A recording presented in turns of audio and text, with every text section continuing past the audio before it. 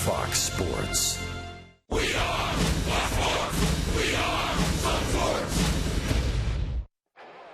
Bolstered by hustle and a big inning, the Rays got back in the win column last night.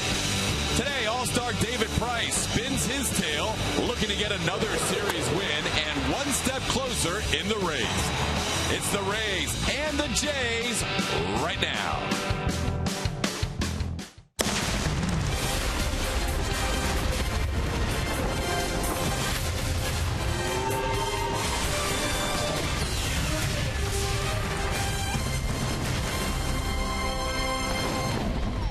Welcome to All-Star Week on Sun Sports. This afternoon, the Rays wrap up the first half of the season against the Blue Jays here at Tropicana Field.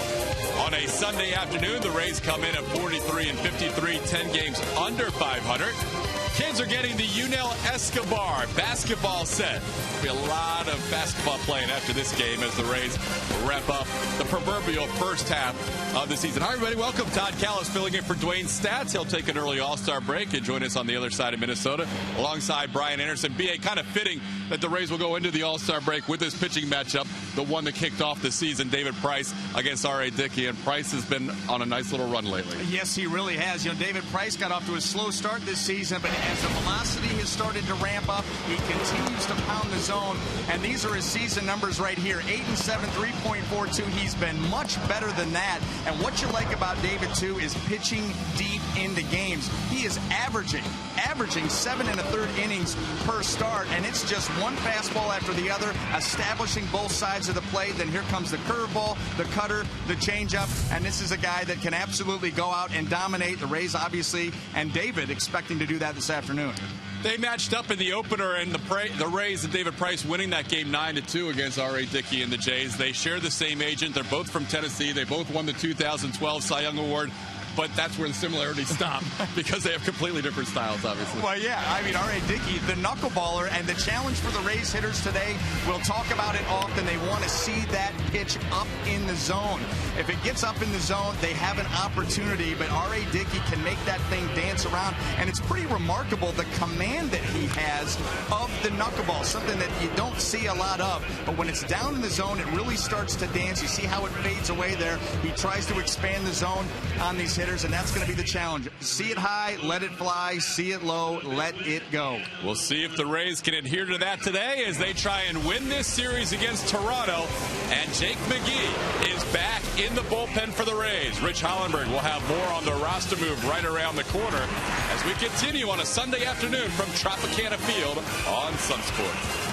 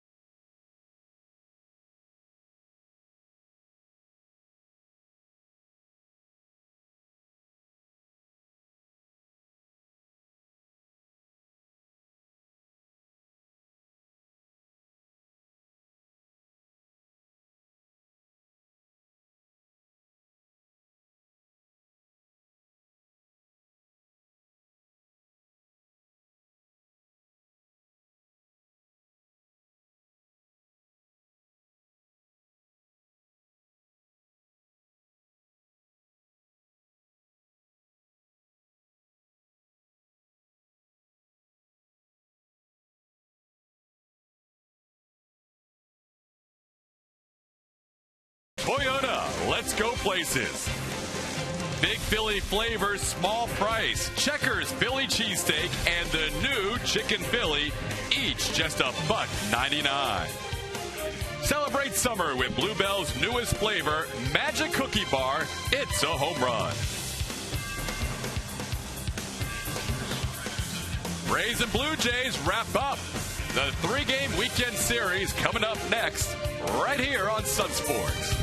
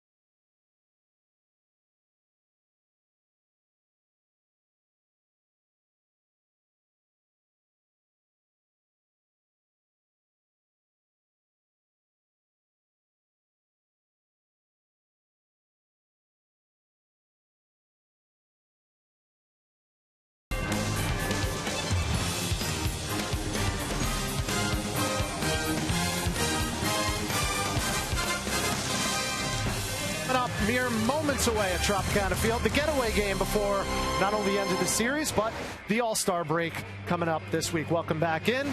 Rich Hollenberg here, tossing up to Todd and BA momentarily, but just want to quickly mention that Jake McGee has been welcomed back into the fold, spent the past couple of days on paternity list to be with his wife Morgan and their beautiful baby girl Rowan, who was born on Thursday. McGee has been lights out first half of the season. 40 of his 44 appearances have been scoreless, including 6 saves. Now, to make room for that move, the team optioned starter Jeremy Hellickson back to the minors. Helly's going to start for AA Montgomery tomorrow at Pensacola, and will make one more minor league start after that before most likely rejoining the Rays after that. And with that, we send things up to the booth for the call of the first pitch. David Price throwing to the Jays. Here's Todd and BA, guys.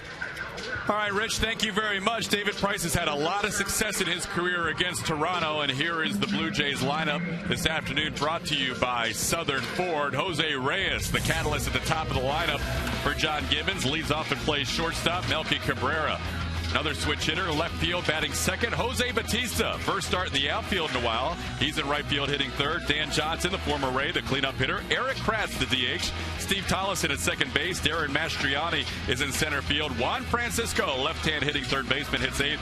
And Josh Tolley will catch R.A. Dickey. And Todd, you talk about a lot of success against the Toronto Blue Jays. These are the season numbers on David Price, but against this ball club, 18 starts. He is 14-2 against the Blue Jays. The team is 16-2. So this sets up very well as you go into the break. You got your big horse on the mound against a team that he has a lot of success against over his career, and you're looking for a series win. David Price looking to give the Rays their 22nd consecutive series victory or tie against the Toronto Blue Jays at home, and that includes a series they played in Orlando. That's how far back this streak goes, back in 2008. The Rays have not lost a series to Toronto since 2007 when they were the Devil Rays. Now let's take a look at the defense. It's going to give David some help this afternoon. In the outfield, left to right, Geyer, Kiermaier, and Ben Zobrist across the infield, third to first. Longoria, Escobar, Forsythe, and Loney Jose Molina will handle the catching duties. Molina making his third consecutive start. Ryan Hannigan with a sore left side hasn't played in this series. Plus, Molina always catches David Price. So the Rays will try and go into the break with a 2-game winning streak. Yeah, take a look at Ryan Hannigan right there. Rays losing the opener of this series 8-5 on Friday. Yesterday a 10-3 win. And today David Price wearing the light blue, the baby blue jerseys for the Rays on a Sunday afternoon. We're trying to send the Rays into the All-Star break as he'll head to Minnesota with a victory. Jose Reyes, the first man he will face. And the first pitch is brought to you by Pitch a Penny. It is fouled off, out of play. Well, and that's what you would expect from the Blue Jay lineup this afternoon, to really attack David Price, to get after him. He throws a ton of strikes, pounds the zone, a lot of early fastballs. So expect the Blue Jays, already an aggressive team, to be even more so. This will be an interesting matchup, as you said. A team that likes to swing the bats and a guy that pounds the zone. He likes to get outs in 3 pitches or less. This could feed right into David Price's plan. Yeah, and it'll be important for David to move the ball around the zone. I mean, you know he's going to pound it, but what side? Up, down, in, out. That's where David can be successful today. In on it. Hands, and he fouls one. Nice catch by John down the right field line for our first play of the day. And if you just look at the way that he has started Reyes out here, fastball away, strike one, change up below the zone, fastball in. That's what you're going to see. Because this team wants to swing, David wants to throw strikes, he's just going to change speeds and just continue to move the ball around the zone, not stay in any one place for too long. Now Molina set up away. Reyes stays alive. Well, and Jose Reyes, obviously battling David Price here. He is one of the best leadoff hitters in baseball. Switch hitter, good speed, explosive, can steal some bags, hits well. He's on an 8-game hitting streak right now. 4 strikes, 4 pitches into this game for David Price. Reyes trying to stay alive 0-2, and he can't. He goes down swinging. First strikeout of the day for Price. I'll tell you what, that was a tremendous changeup by David Price. Watch the arm speed. He really sells it as he comes down and through there, and you see Reyes just completely fooled. Cannot stay back long enough. So Reyes goes down as the first out. John Gibbons looking on. His team starting the day struggling on this road trip, but 3 games over 500 overall. Just 2-7 on this last road trip leading into the All-Star break. But they still are within 3 games right now. Every team that lost on Friday won on Saturday, and obviously vice versa in the AL East. So we're right back to where we started at the beginning of the weekend. Amazing. It just shows you that this division is so down this year across the board. No one running away from it. Everybody seems to come back to the pack. You know, this Toronto Blue Jay club after play on June the 6th, they had a 6-game lead over the Yankees going into play on June the 7th. Since then, they're 11-22 and still only 3 games back. There you see the numbers. The Rays back to single digits, gaining a game last night, back to 9.5. And the Yankees are 4 games back. The Rays percentage points ahead of Boston. Price misses inside to Melky Cabrera. 2 balls and a strike. That's why it's so important for the Rays. If they're going to make a move, if they're going to make hay, they're going to have to do it playing very well within the division, and this affords them that opportunity to win this series. This is a big deal. Well, you would think, as Price misses upstairs 3-1, that you need to at least be above the mid-80s in wins. Let's just say 86 for the sake of the argument. The Rays have won 43 to this point, so they're halfway to that total. They've won 43 in 96 games. Now the trick is, can they win 43 in the final 66 games? And by and large, as Price delivers 3 and 1 is fouled away. That's what's going to be the determining factor for Andrew Friedman and his staff when they determine how to play things out leading up to the trade deadline. That's absolutely right. And it'll be interesting to see what the assessment is, because I think they can, but the guy on the mound right now has to be here. And so that's going to be the decision. And, the way that they've been swinging the bats better, the defense is still there. The pitching staff overall has been coming together and pitching very well. Price misses with a 3-2, a one-out walk issued to Melky Cabrera. Now, you absolutely could go 43 and 23. That's not out of the realm of possibility. But without David Price, I don't think so. So, that we'll all sit. It'll probably go down to the wire. Yeah, absolutely. Right down to the wire. They'll probably assess things during the All-Star break. Price with a walk to Cabrera. He's actually walked a few more in his last few starts. He walked 3 in his last start in Detroit, walked 3 the prior start to that in New York. 3 of his last 4 starts, he's issued 3 walks, and he was on a pace for a while to set a major league record. Yeah, he had that strikeout to walk ratio, which is still off the charts. Right. I mean, it's still in another stratosphere as far as that ratio goes. I mean, you'd like to be 2-1, 3-1 is just, you're really getting up there, and David well past that. For a while, he was 11-1. Yeah, and that's just otherworldly. Now he's closer to 6 to 7-1 right now in his ratio. This with the first one to Batista. This is a little soft single into center, soft enough that Cabrera is going to go first to third before Kiermaier can make the play. So a little single to Batista, and that's nothing new for David Price. When you look at the guys who have done some damage against David in his career for the Blue Jays, the Buick big matchup, the 2 guys that are on base now. Yeah, and that's exactly what John Gibbons is hoping for in this game, that his top 3, Reyes is hot. These guys have had success against David to try to get something done. And here Cabrera takes a walk. Batista flips one into center. It was a nice read by Cabrera, as you mentioned, Todd, to be able to get over to third. And so now the Blue Jays runners on the corner here with just 1 out. Dan Johnson, the hitter, with Cabrera on third and Batista on first. Johnson playing all 3 games this weekend for the Blue Jays. Traveled here on Friday due to an injury to Nolan Reimold.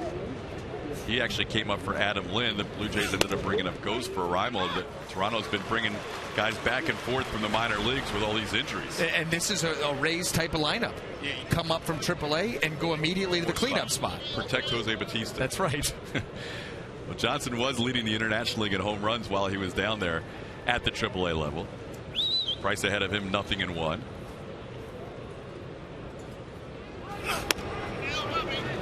Outside corner, 0-2. First 2 pitches, fastball in, strike 1, fastball away, strike 2. Now David Price has put himself in position to try to put Dan Johnson away. That's what he needs here with that runner on third, less than 2. You take a ground ball double play. But right now, if you're David Price, you're thinking strikeout. How can I do that?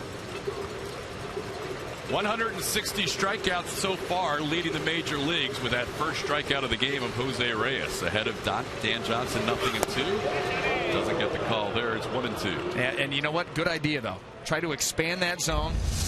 Another fastball.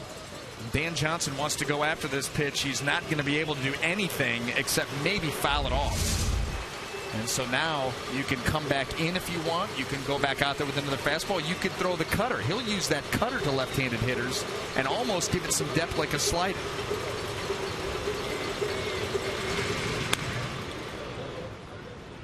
Every once in a while, you'll do that. A lot of times you'll do that. Maybe Bautista's going to run here with 2 strikes. Other times you'll do it because you're not convinced that that's the pitch you want to throw. You come set, you go, no, I'm going to go over there, clear it, and we'll start again. It's a way of stepping off, in essence. Absolutely.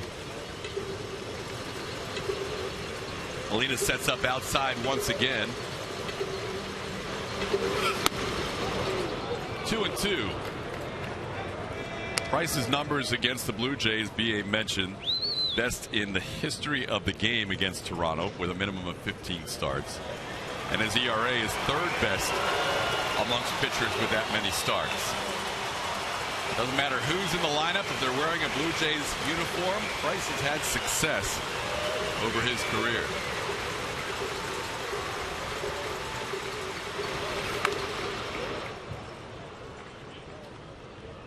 staying hard on Dan Johnson. 5 straight fastballs here.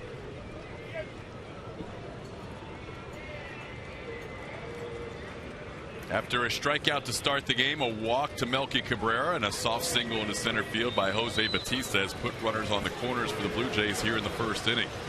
This inning has been a little bit problematic for Price during the season. Once he gets through the first, he has been much better the rest of the game. Way outside, and now the count runs full.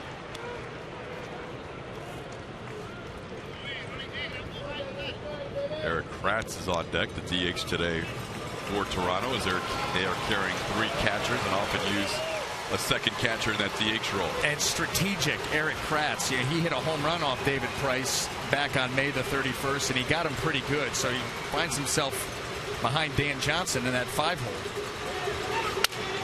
Broken bat, little pop-up. Price catches it in the air. That was a check swing, broken bat. And Price took control. Yeah, and you know what? David Price right there may have gotten away with one, because that looked to be potentially ball 4 here. Absolutely. And Dan Johnson, in his rush to swing the bat, gets caught committing early, and David Price makes the play. And Dan Johnson, who usually has a good eye at the zone, will be frustrated with that check swing, because that could have been ball 4, bases loaded for this guy. 1 career at bat against Price. As you mentioned, it was a home run. He does have some pop, does Eric Kratz. Former Philly, has 21 career home runs and 452 at bats. And there you go. There is 1 at bat, 1 home run. So you start him off first pitch changeup. A lot of times you don't like to do that first time through a lineup, but with a guy that's as aggressive as Kratz, and especially now with a runner at third base, thinking about driving him in, you figure he's going to be very, very aggressive. He looks like an aggressive hitter, the way that he is. Goes with another one too. 2 straight changeups, 2 pitches out of the zone. It's 2-0 to Eric Kratz. Kratz was just called up a few days ago. And Toronto has been using that shuttle with their AAA team in Buffalo quite frequently with all their injuries. You think about the guys in this lineup that are out: Laurie and Lind and Encarnacion.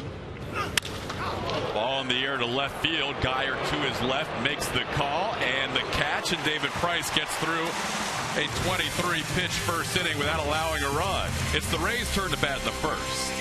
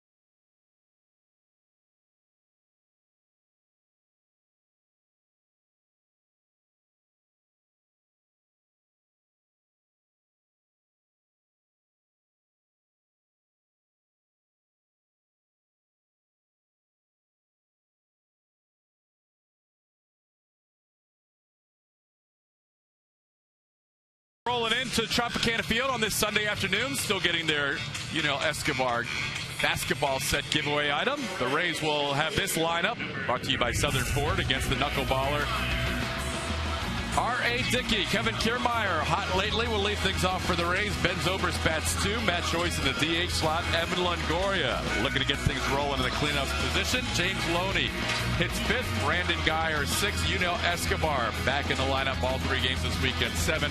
Jose Molina behind the dish, and Logan Forsythe hits 9th. Now they'll be taking on the knuckleballer R.A. Dickey, making his 20th start of the season and coming off maybe his best start, one of his best starts of the year, 7 shutout out in Anaheim against the Angels. And the pitch is inside. Josh Tolley, his personal catcher, behind the dish today for the Blue Jays. That pitch is down and into Kiermaier, and he has taken 2 outside the zone.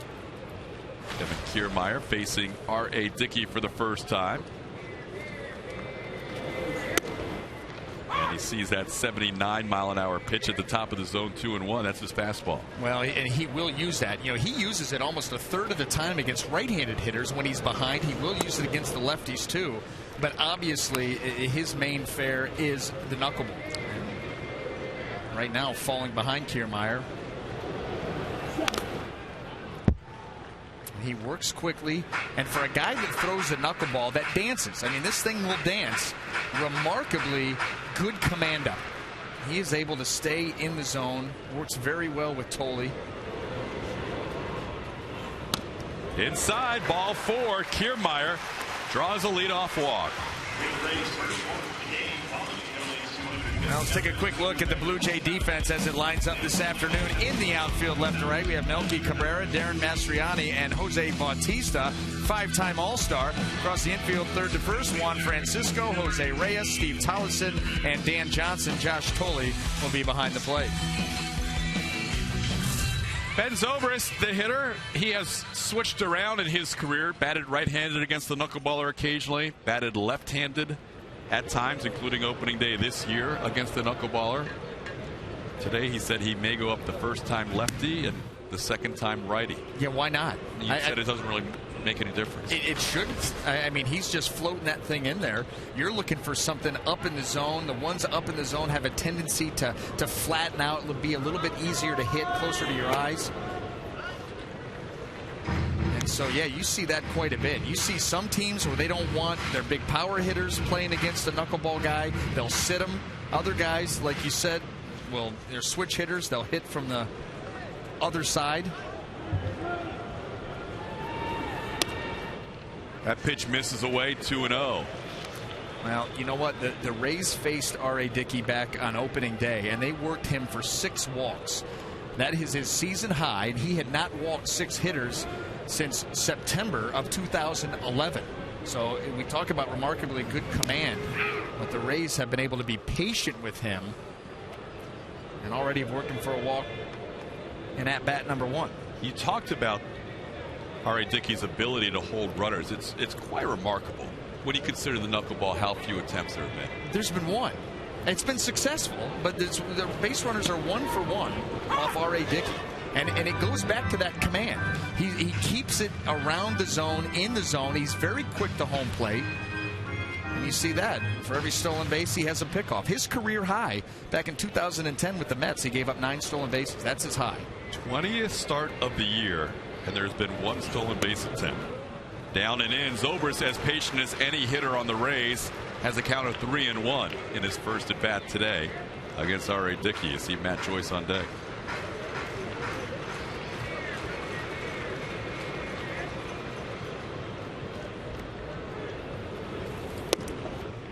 That catches the corner, and the count's full.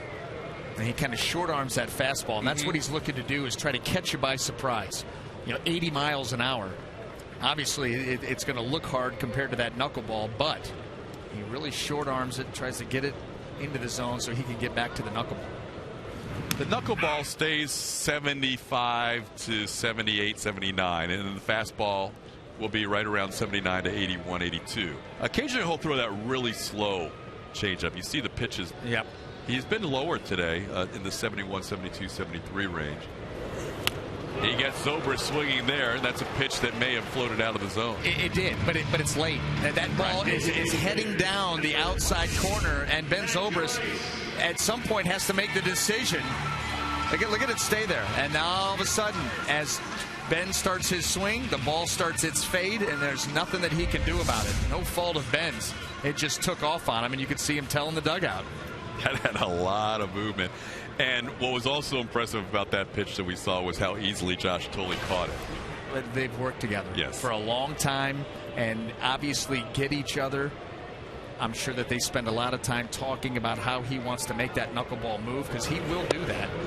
He'll let that thing fade. There's other times where he wants to kind of pull it and get a little down and in action on a left-handed hitter. Matt Joyce, the hitter, has not had a lot of success in his career against Dickey. 5 for 27 against RA.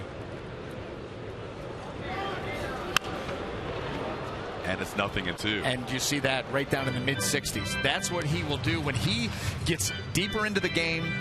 Second time through the lineup, he'll start messing around with the speed of that knuckleball.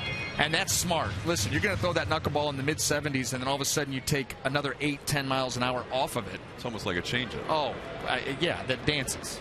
Yeah, that doesn't sit there. Right. That one rides inside. Mentioned Tolley's caught R.A. Dickey a lot all the way back to their Mets days. This has been the combination. They came over together to the Toronto Blue Jays. Tolley going with a new catcher's glove the last 3 starts for R.A. Dickey. Is that what we're calling that thing? That's a big monster of a glove. Yes, it is. Now, you got to be able to make sure that you're able to corral those pitches, because I'm telling you, just playing catch with a guy that has a knuckleball. He's not a knuckleballer, but likes to screw around with the knuckleball and wants to play. You take balls off your shin. You know, they're terrible. So then you try to think about hitting one. Not easy. As you see right there, back-to-back strikeouts. Joyce goes down swinging. So after a leadoff walk to Kiermaier, Dickey gets the next 2 hitters swinging at a 3rd strike. And they're just enjoy. Wow. Amazing. Amazing you can throw a pitch 60 feet 6 inches and it never rotates once. Well, how many knuckleballers are there, or have there been? It is a very difficult pitch to master and to be able to pitch at this level effectively. Evan Longoria fouls one out of play. And you know what? Quite frankly, I think that when you start scouting guys and you're looking to build a pitching staff and make draft picks and everything else, a lot of teams look at it as a gimmick pitch, and it's just not going to be a part of what they're going to do. Right. And so, not a lot of opportunities for knuckleballers. Well, in R.A. Dickey's case, he was a conventional pitcher until his injury. Yeah. And now switched. And that was an injury that cost him a huge signing bonus. He took looked at a picture and said something's wrong with his right arm. They go in there and find out that there's no ligament. How about that? How about that is right. And now knuckleball is the weapon of choice as he gets one that dances away from Thole initially. Thole is amazing back there. We mentioned he's caught him since he was with the Mets. Only 2 wild pitches this year in 19 starts for a knuckleballer. What is the more ridiculous stat? 2 wild pitches or only 1 stolen base attempt? I don't know. I mean, no kidding. The fact that this team is last in the league in wild pitches with a knuckleballer that goes every 5 days, making his 20th start. This one cued off the end of the bat. Thole comes out in front of the plate and makes the out at first base. And that'll do it for the Rays. A leadoff walk is left on base. We're scoreless heading to the 2nd.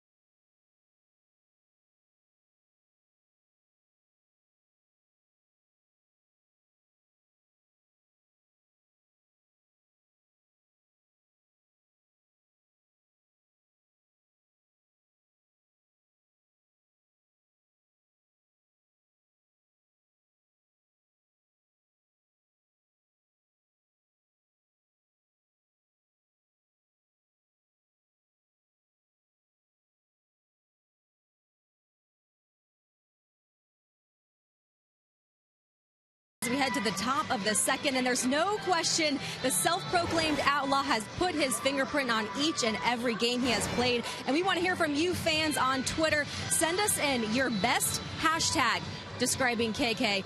Tweet us at Sun Sports Rays, and I'll be airing them throughout the game, I hope. And Todd, I have one to get us started. It's pretty funny. I asked Jake Odorizzi, and he said hashtag cute Kevin, cute with a K. Okay, that gets us started. From a guy, though, it's pretty funny. That is a little funny. Thank you, Kelly. Appreciate it. Cute Kevin. There you go.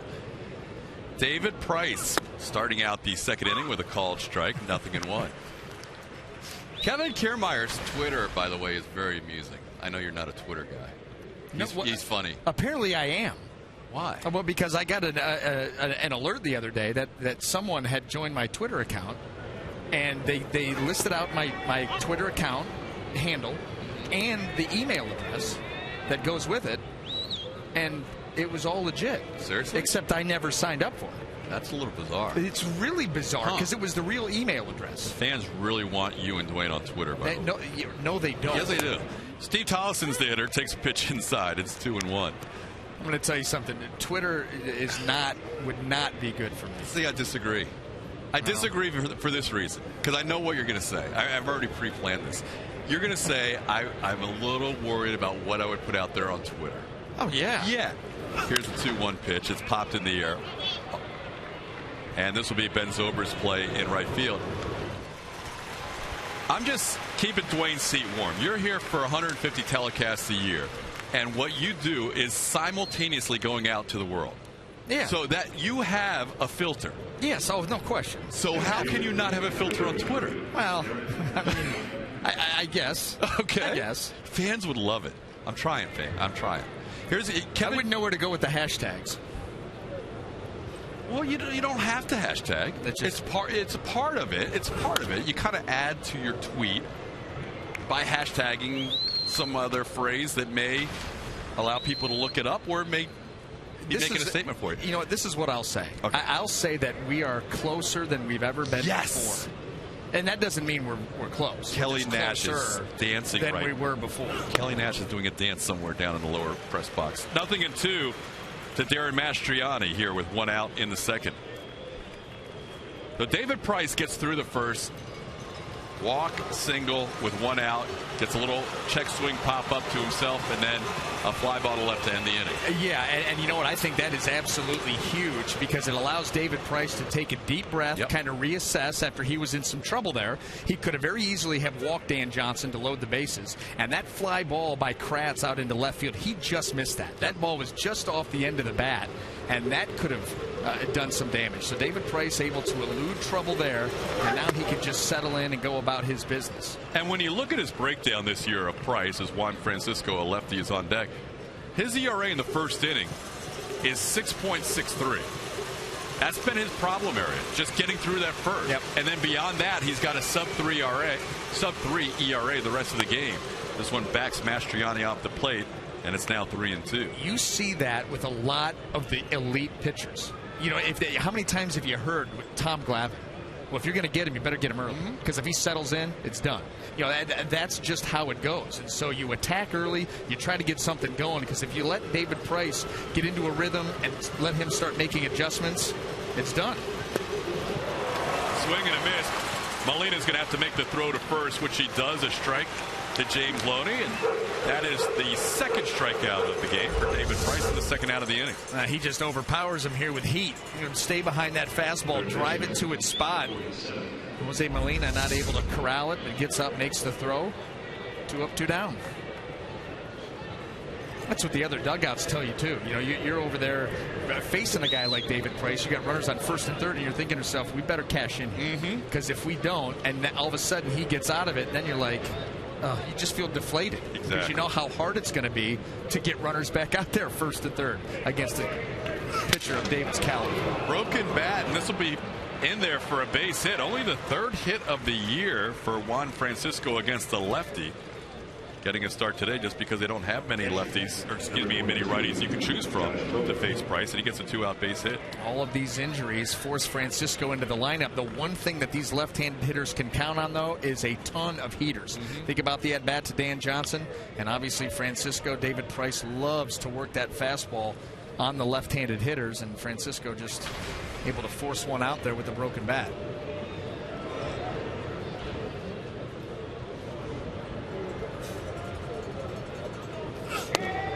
Josh Thole, the hitter. The good news is he gets advance notice when he's going to start. He gets to start every time R.A. Dickey pitches. The bad news is he's now matched up against David Price twice this year.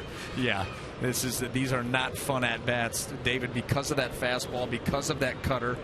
And those are the two pitches I think you'll see him stick with Thole. Try to overpower him.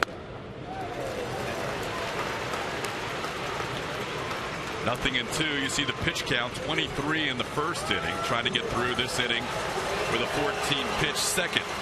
And that's usually what, David Price, so efficient. He's just over 15 pitches an inning on the season. In fact, his last little run, last 8 starts, he's under 15, a little over 14 and a half. Swing and a miss. Strikeout number 3 for Price. 2 in this inning. And we head to the bottom of the second. Toronto nothing, and the Rays nothing.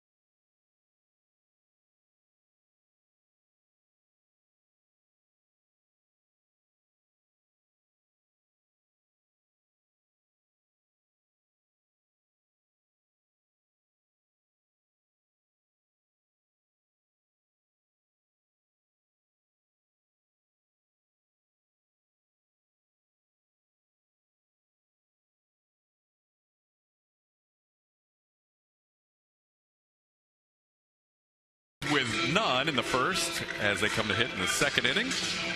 Time now for you to tweet your photo using hashtag SunSportsFanPhoto for a chance to have it shown on our broadcast later on in this game. Brought to you by AT&T. James Loney will lead things off for the Rays here in the bottom half of the second inning. Here's what'll happen, Todd. What do you have? I'll join Twitter. Yeah. And as soon as I join Twitter, Twitter will be yesterday. Oh, well, it's big. It's big. Well, it's big now. People are joining now that said it's going to go away 2 or 3 years ago. People are now finally giving into it. And you know what? Kelly's report she did there, she wants people to hashtag the nickname for Kevin Kiermaier. Absolutely. The most popular hashtag so far upon her request as a 2-0 pitch is line to Dan Johnson for the first out. The most popular hashtag since her request is GetBA on Twitter. Come on. That's what I'm being told. The truck is confirming this. So there you go. It's not about Kevin Kiermaier necessarily, although that's where we eventually want this to go. But at least for now, when the people heard that you were closer than ever, you've thrown a little nugget out there for them. Well, here's the thing. We cannot have a decision of this magnitude within the same week of the decision 2.0. No, of course not. Right? And you're going LeBron's decision on where he's going to play next year and my decision to join Twitter just cannot be held in the same week or within the same month, really. And you will be heading to Cleveland to make your decision?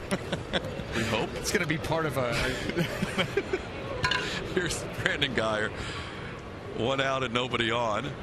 Facing the knuckleballer R.A. Dickey. That misses. Guyer is also, like Kevin Kiermaier, never faced this knuckleballer. Possibly in a random spring training game, or at least not at the major league level in a regular season game. 2-1 pitch is a big swing and no contact, maybe a foul tip. It's 2-2. You just wonder too with a knuckleballer if it even matters. I mean, I guess for a release point, but the way that he can make that ball dance and make it do different things. It's not just about throwing it in there. Sometimes. Reyes comes in. He'll have to hurry, and he does, to get Guyer by a couple of steps. Speaking of hurrying, we had Mark Burley here Friday. Yeah. Quickest worker in the game. And the second quickest worker in baseball. How about it? R.A. Dickey just a second off of the pace. That's our Toyota trend. The Blue Jays have the two quickest pitchers in all the game in terms of time between pitches, 17.1 and 18.2. Mark Burley, he uses that to his advantage. He's a veteran pitcher. He knows what he wants to do, has a good game plan, lets one pitch feed off of the other and roll into the next. And so his idea is, I'm just not going to let you get comfortable. I'm going to get up there, dictate the pace, dictate the tempo, and come right after and attack you and put you on your heels. Bunt attempt on the 0-1 pitch. This stay fair? No. That left the turf and then headed left into foul territory. Looked like a perfect bunt initially. It really did, but you could see the little side spin, and that chalk needs to be just a hair taller. Good idea by Nell. It's not easy to bunt a knuckleball, I wouldn't think. But he had a pretty good bunt laid down. Catch, swing, bunt, all of it. Not easy. 0-2 to Nell. You can see R.A. Dickey ready to go again. Thought about a 2-strike bunt. Takes it up and away, 1-2. Nell has played with a friskiness in this series, whether it's playing against his former team, whether it was a time off on the DL. He has been really enjoying himself in this series as much as we've seen him at any point this season. That's it. That's the key. That any point this season now, after the break, continue. Right. Yeah, the rest of the season, look like the Yunel Escobar of 2013. There's a little jam shot into right center field, but it goes as a 2-out hit. What was the giveaway today? Yunel Escobar basketball set. And why did that become a giveaway? Because after his great plays, BA, in 2013, he would shoot the little jump shot behind shortstop. That's right. Have you seen him do that one time this year?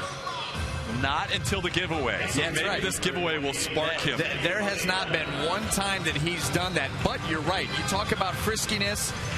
Maybe it's, listen, sometimes having some time away from the game will put some things into perspective. And all of a sudden you come back itching, raring to go. I loved yesterday when he forced Deanna Navarro off the bag out at second. Enjoying the game, having some fun. Jose Molina hit by this pitch. So there you go. The knuckleball rides in on Molina and gives the Rays first and second. Molina, in his first ever plate appearance in his career against R.A. Dickey, was hit by a pitch. And then he went 0 for his next 13 until this. Perfect. And the other thing that's nice about this is this little late 2-out action here. You get a base hit, a hit by pitch. That gets Forsythe to the plate. So at very minimum, obviously you want a base hit right here. You want to score a run. But at minimum, you get to that top of the order again in the next half. So nice job down here by the bottom of the Rays order to continue this inning. And Forsythe, who has been hit by a pitch before from R.A. Dickey, takes a pitch for a ball, 1-0. Logan in his career 2 for 8 with a couple of doubles against the knuckleballer. It's on the inner half, 1 ball and 1 strike. That was the 7th hit batter this year by Dickey. And to get the reputation as a headhunter.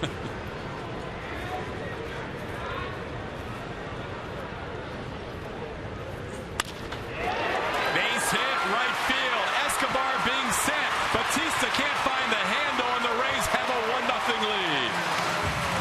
Little 2-out rally for Tampa Bay.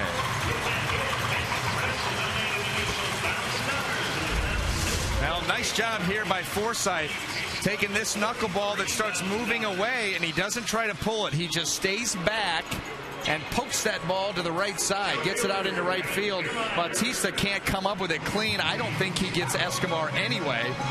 Running with 2 outs, and the Rays, little 2-out magic, take the lead. This is the first game Bautista has played in the outfield since June 22nd. He's been dealing with a hamstring injury. As you know, Escobar smiles on his way to the dugout. Dealing with a hamstring injury, finally back out in the outfield. You can see him tapping his chest there. I kind of agree with you. I think it would have been a tough play for him to make the throw home in time to get Escobar, as Kiermaier bails out on the up and in knuckleball. Well, you want to stay in there. You know, Forsythe got a base hit because he let that ball come into the zone, and he saw it for a long time before he poked it. That's what you want to do with this knuckleball, but sometimes it's going to take off on you, and that one rode right up around the chin of Kiermaier. I thought Forsythe had the best approach on Friday against Mark Buehrle. That he just tried to take the slow stuff away, not try and do too much with it. Buehrle wants to frustrate you. He wants you to think, okay, 83, 84 mile an hour fastball, I'm going to hit a home run. I'm going to pull with power. That you try to do that off Buehrle, he will own you. And I thought that Forsythe had a good approach. The Rays really used the other side of the field against Buehrle very well, the middle of the field very well. And they got to him for not just a couple of runs, but 9 hits in those 5 innings. 3-0 to Kevin Kiermaier. R.A. Dickey walked Kiermaier his first time. Ben Zobrist is switching and going to be a right-handed hitter this time after hitting lefty his first at bat. He struck out. So try from the other side, right? Something will work. And people have asked us before on our Web Wednesdays if you're allowed. Look, he's kind of enjoying the fact that he's taking another shot with the different helmet, going right-handed. 3-1 pitch is grounded right back to Dickey, so we'll see which hand Zobrist elects to hit with next inning. It's a ground ball back to the pitcher to end the second, but the Rays get on the board first with a couple of 2-out base hits, including the RBI by Forsythe.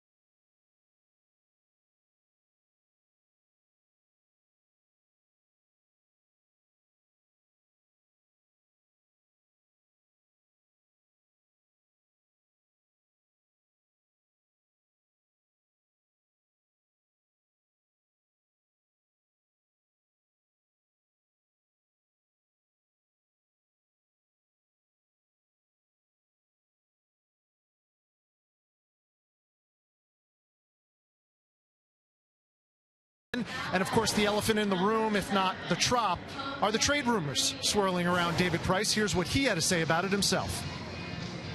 It's something I try not to think about. You know, I try not to talk about with my teammates and stuff like that, because that's the last thing I want them doing, you know, thinking about, you know, if we don't win, you know, I could be gone. You know, I don't want Longo up at the plate thinking he needs to do something special in order to keep me a Ray. You know, I want everybody to go out and continue to play baseball the way we have over the past, you know, 3 weeks, and, you know, hopefully things will kind of sort themselves out.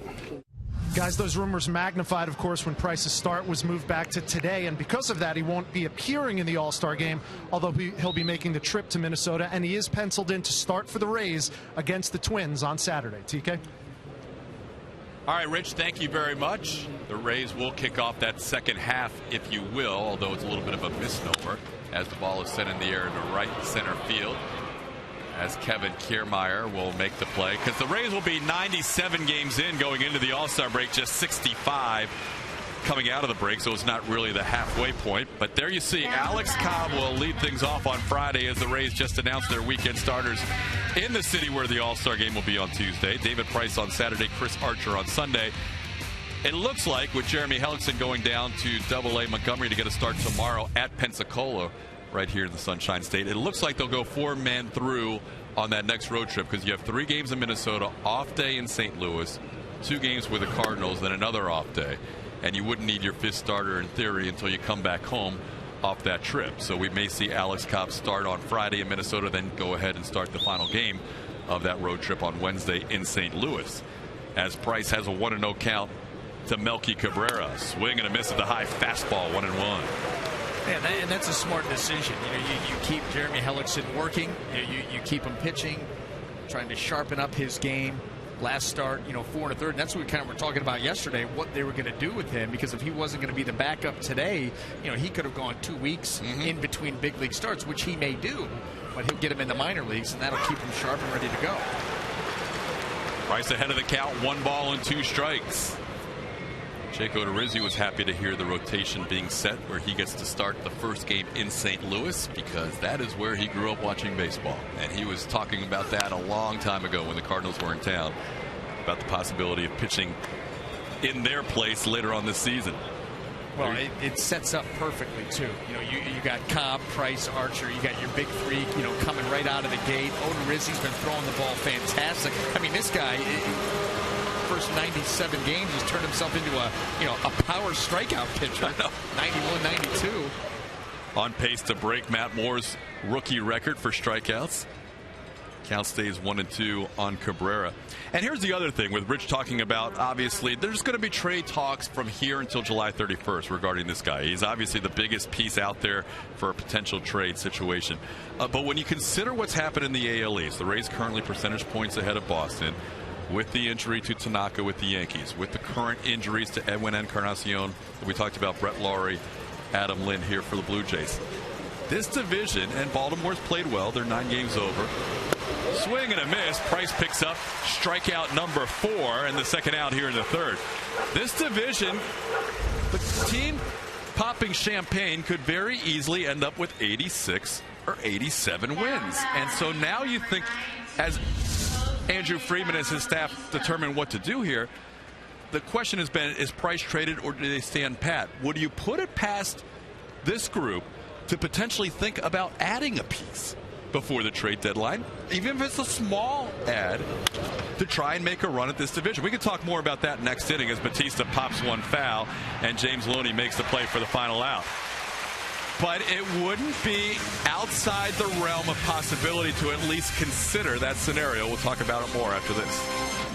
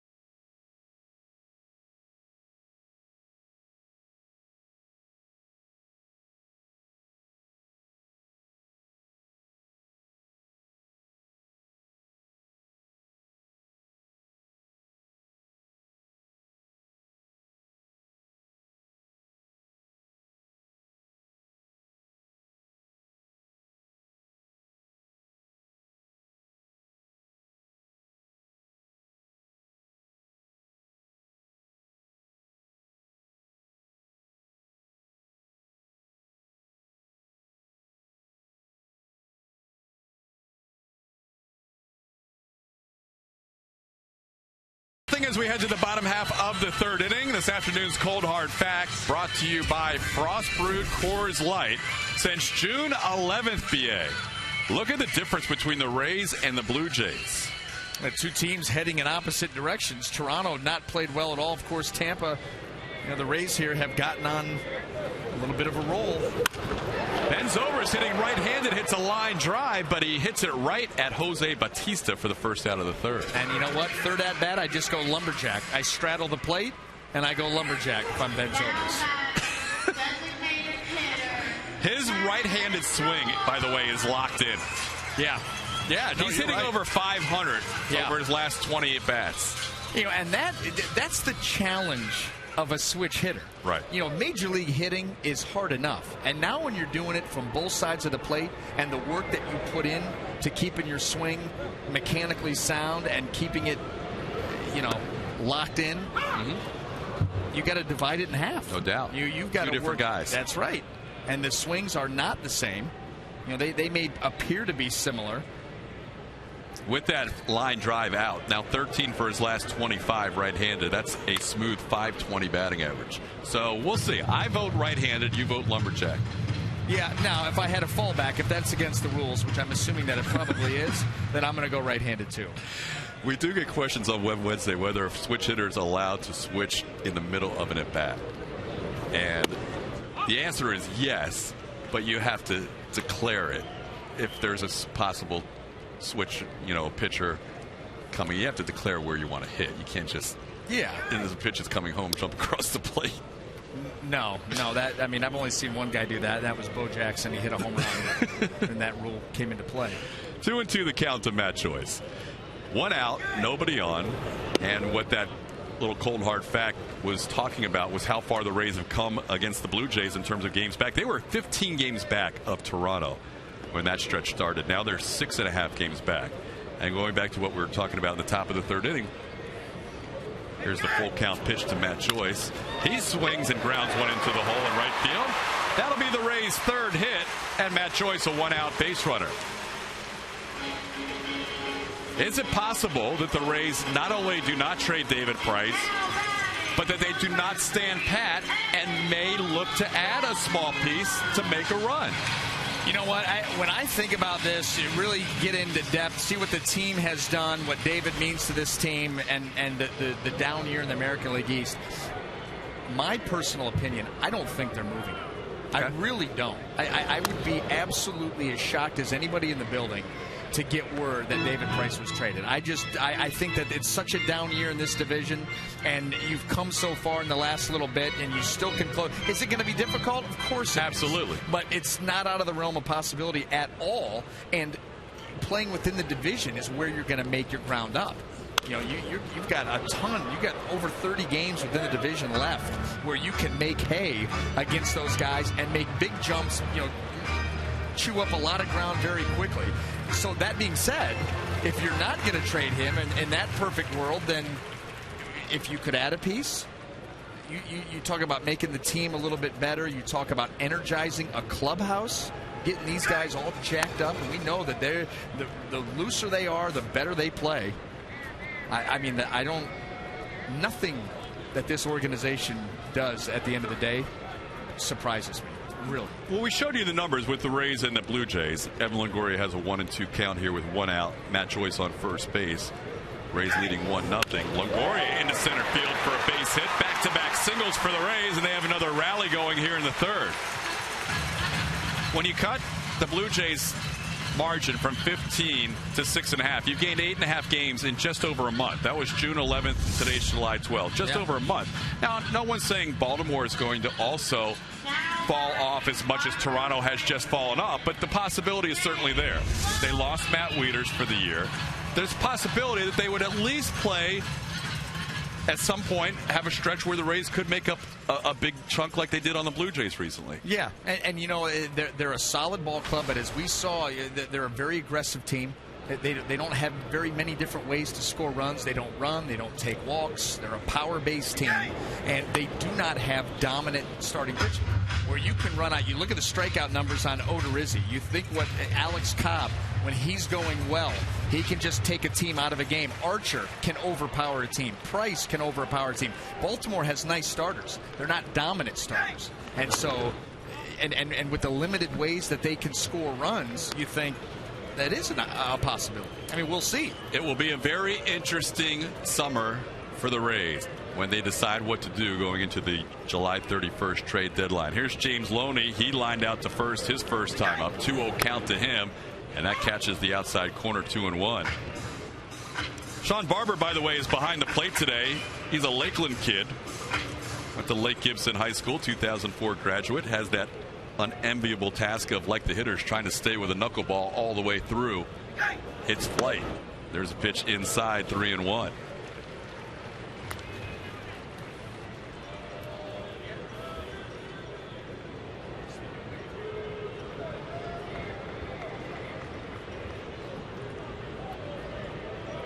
Couple of one-out singles. Joyce on second, Longoria on first. Rays trying to add to their 1-0 lead, and it's ball 4, and the Rays have loaded up the bases.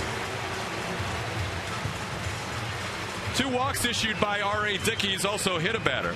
And I think that James Loney, R.A. Dickey there throwing a 3-1 knuckleball. James Loney probably sitting, waiting for that 80, 81 mile an hour fastball in a 3-1 count.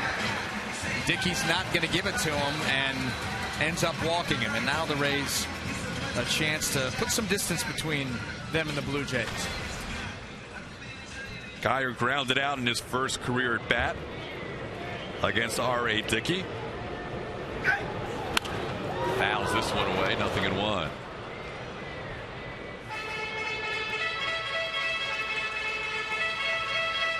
Dickey, like David Price, making his 20th start of the year.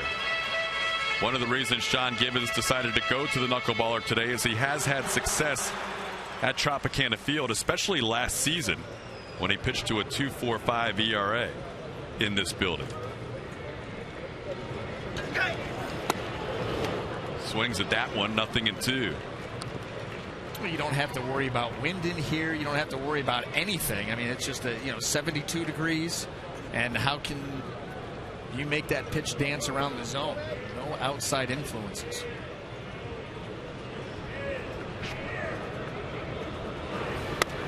Swing and a miss. Got Geyer on 3 pitches. Knuckleball up in the zone for the second out. And those are the power knuckleballs. Yes. And we've seen it get down into the mid-60s, but these he really finishes well at the end, puts a little bit of velocity on him, gets him up closer to where that fastball is. And this one gets over the swing of Brandon Geyer. And you can't blame him for going after those. Those are where you want those knuckleballs. The ones that are up in the zone. He just missed 2. That's unfortunate. It was with the bases juiced. So unable to advance anybody with the bases loaded now and 2 outs. It's up to Yunel Escobar, who with his base hit the first time up. It was his 4th hit of his career against R.A. Dickey in 17 at-bats. Swings for the fences here. Hits a high fly ball towards the line. This one will stay fair as Melky Cabrera makes the play for the final out. So the Rays leave the bases full in the 3rd. They still lead 1-0 at the end of 3.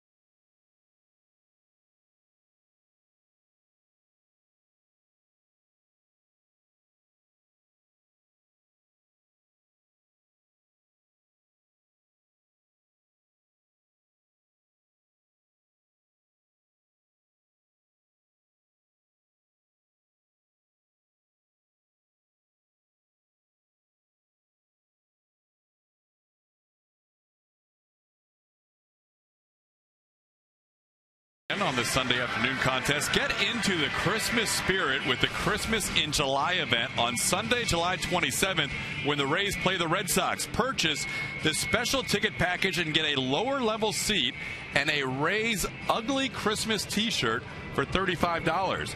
Enjoy holiday music during a post-game concert by the Imagination Movers. Visit RaysBaseball.com/special events. 4, 5, and 6 in the Toronto lineup. Dan Johnson, Eric Kratz, Steve Tollefson against David Price, who used just 8 pitches to get through the third inning and starts Dan Johnson off with a strike, 0-1. Price has allowed 2 hits and a walk through 3 innings. He has also struck out 4, 1 in each inning. Picked up a couple of Ks in the second. Johnson with a count of 1-1. Dan Johnson will forever be a part of Rays lore, especially in the 2011 season.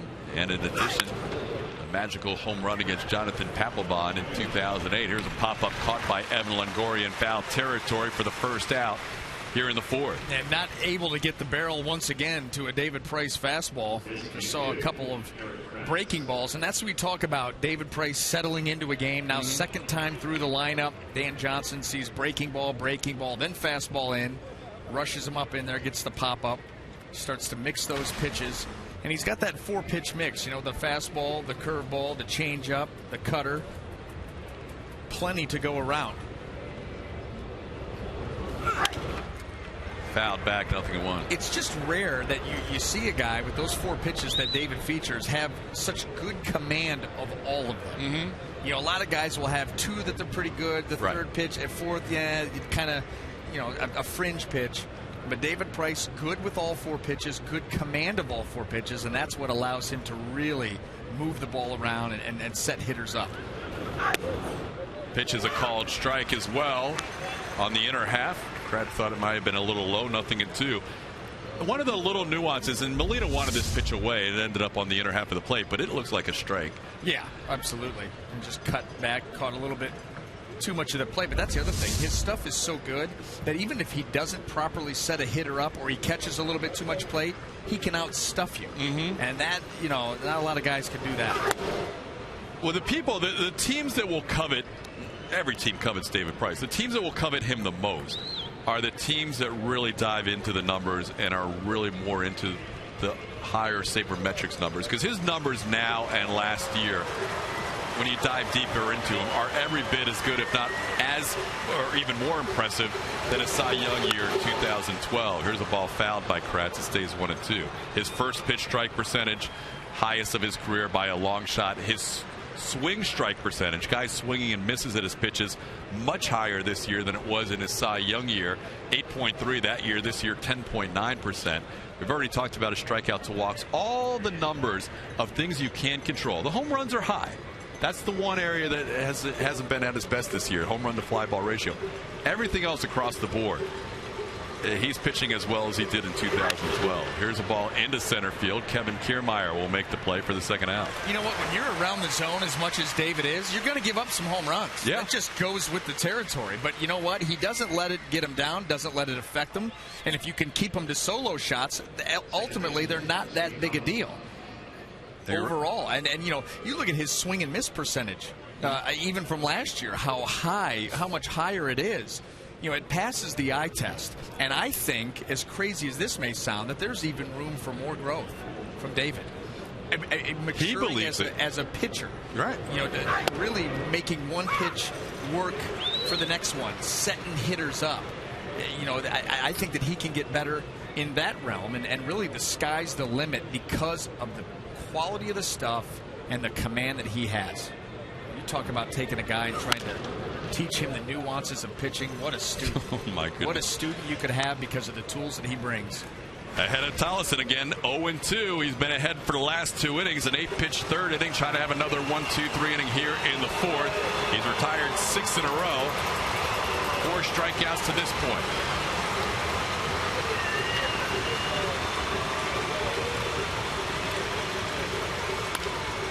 In the air to left center field. Geyer and Kiermaier converge. It's the center fielder who will make the play, Kevin Kiermaier. And that's 7 straight sent down by the lefty David Price. Rays lead 1-0 after 3.5.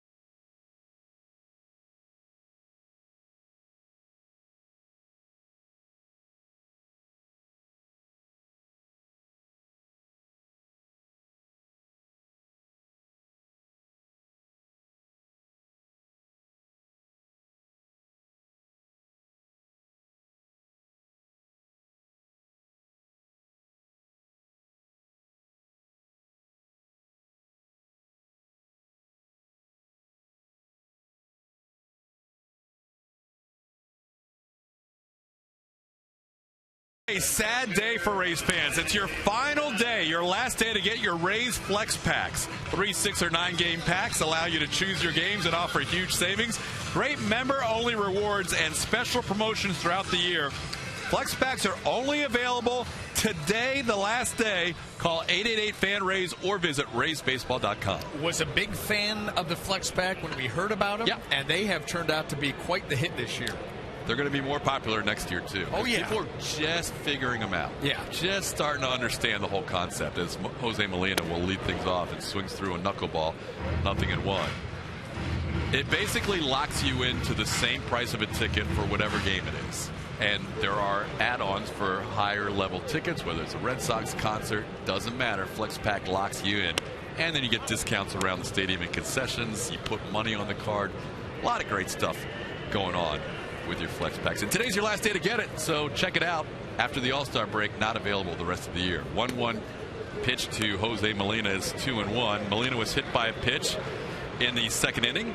The Rays came up with a run in that second inning. A base hit by Yunel Escobar, hit batsman, and then another base hit by Logan Forsythe. Counts 2-2. All right, Dickey worked out of a bases loaded 1-out situation in the third, striking out Brandon Geyer, getting Escobar to fly out to left. There's a called strike on the outside corner, says Sean Barber, and Molina is down on strikes. And you don't want to get lazy with your thinking, but you say to yourself, well, that's unfortunate, but with the way that David Price is throwing, hopefully it doesn't end up coming back to haunt the Rays. But the bottom line is, you want to put these games away as early as you can, and when you're presented with those opportunities, bases loaded, 1 out, obviously a challenge against a knuckleballer because that thing can start fluttering, and as it did with Brandon Geyer when he picked up the strikeout. That's where that's one of the things that the Rays have struggled with this year is the runners in scoring position. A ton of at-bats. We talked about it yesterday. They're right up at the top of the American League in at-bats with runners in scoring position, but down at the very bottom in average. And so that leads to obviously limited production. And with that 0 for 2 today, with the bases loaded, they're now 13 for 72 on the year with the bases loaded, just above 180.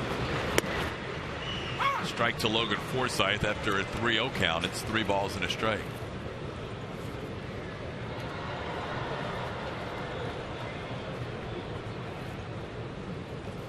Forsythe with the RBI single his first time up, and that catches the corner, and it's a full count. Forsythe with RBI number 15 on the year, getting the start today at second base.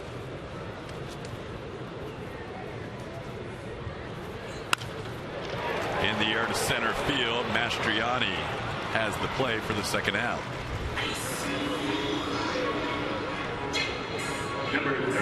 So 2 outs, nobody aboard. That'll bring up Kevin Kiermaier. Well, this is now the Rays' third time through the lineup. You look at R.A. Dickey's numbers on the season.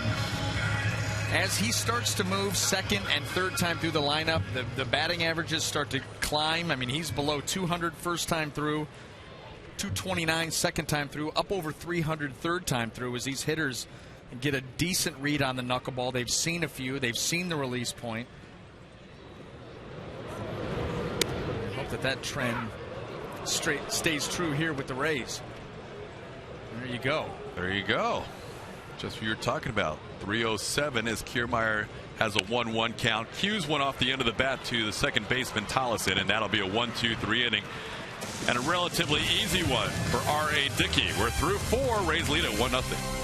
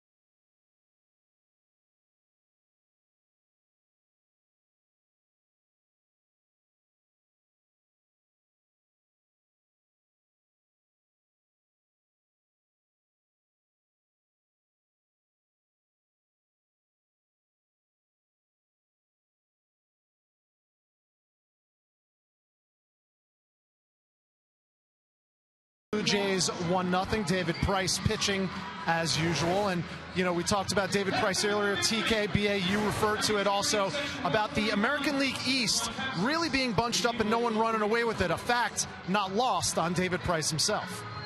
Still thinking we were fine when Edwin, was still healthy. Before Tanaka had, his DL time, we still thought that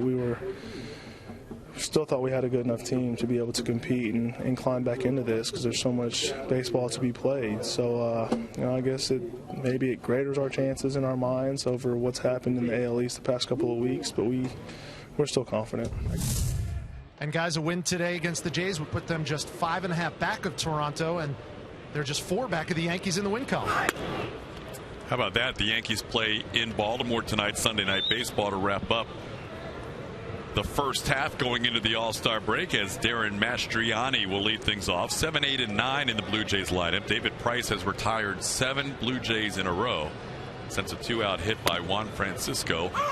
There's a called strike, 1-1. He's needed just 19 pitches to get through the third and the fourth. Mastriani started the year with the Minnesota Twins, 11 at-bats, put on waivers, claimed by the Blue Jays on April 22nd. Off the end of the bat, cued, foul, and it's 1-2. Good hop there by David Price getting off the mound. A lot of times those cue shots they spin funny, catch a seam somewhere, and start rolling back into play. And you've got very little margin for error here, just a 1-run lead. Every play matters.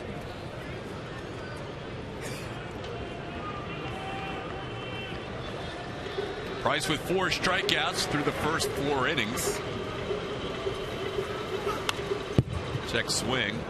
Stays 1-2. David named to the All-Star team, the lone representative of the Tampa Bay Rays, but by missing his start yesterday due to illness and starting the day before the All-Star break, he will not pitch in Minneapolis. He was replaced on the American League All-Star roster by the former Rays closer and current Seattle Mariner closer Fernando Rodney, who's having a great year for the M's. Pitch upstairs, it's 2-2.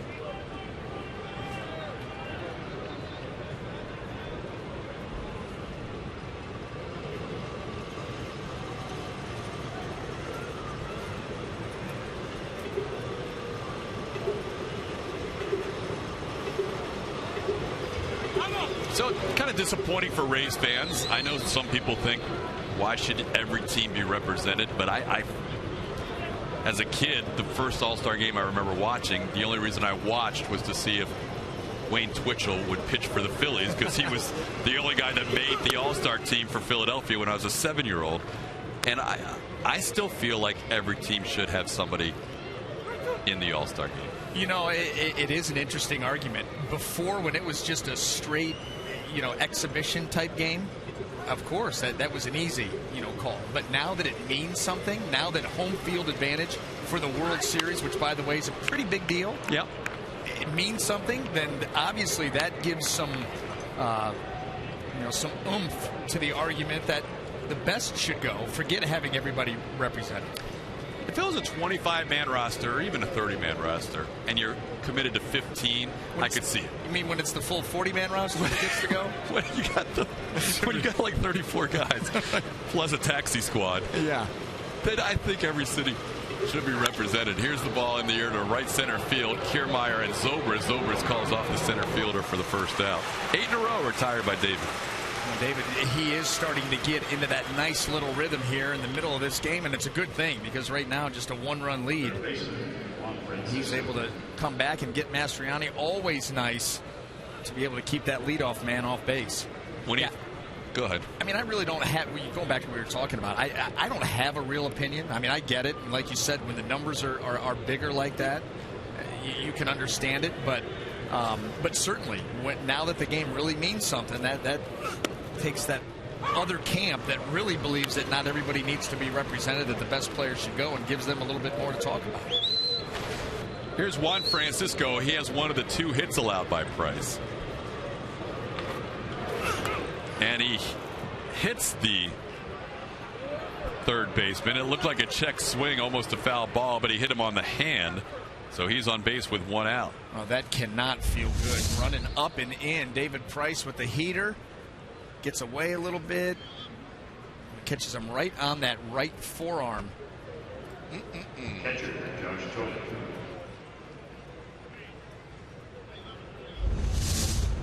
So Francisco has been on base twice now. David's allowed 2 hits, a walk, and now a hit batsman. Well, and Francisco playing third base.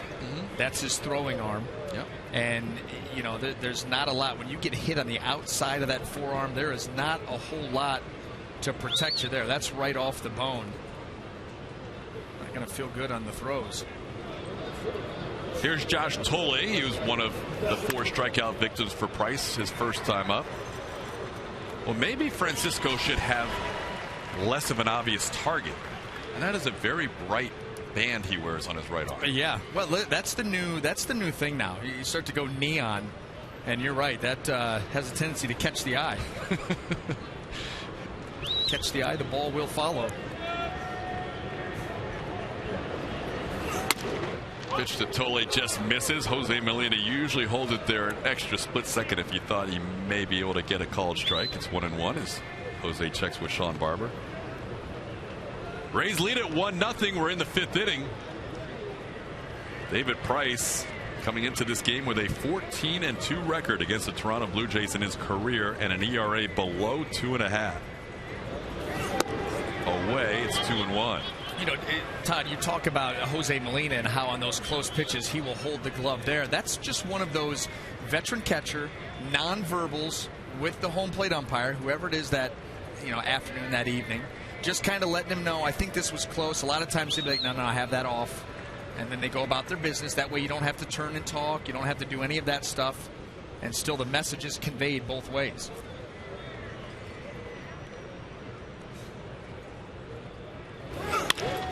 Back to the mound. Price to Escobar for one. Unell's turn in time. Double play. Rays out of the inning. A hit batsman erased on the double play, and we are halfway home with the Rays leading 1-0 heading to the bottom half of the fifth.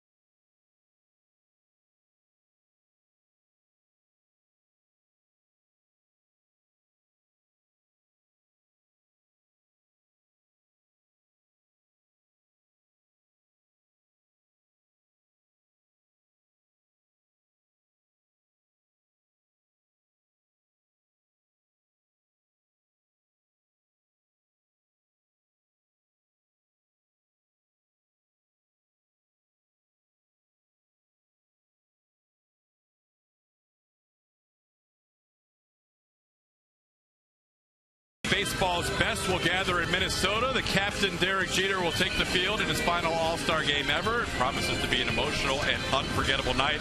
Special coverage begins at 4:30 on Fox Sports 1, followed by the 2014 All-Star game at 7:30 on Fox. It'll be curious to see, as the Rays lead 1-0 heading to the bottom half of the fifth, how John Farrell plays that with Derek Jeter. How he takes him out of his final All-Star game. Pitch to Ben Zobrist, who will hit right-handed for the second straight time. Started the game hitting lefty, last at bat hit a line drive righty, so here he is back at righty.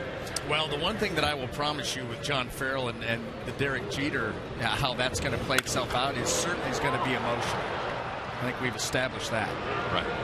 Oh, yeah, it will be as Bastiani makes the play in center for Zobrist. I have a feeling he's going to take him out after he takes the field.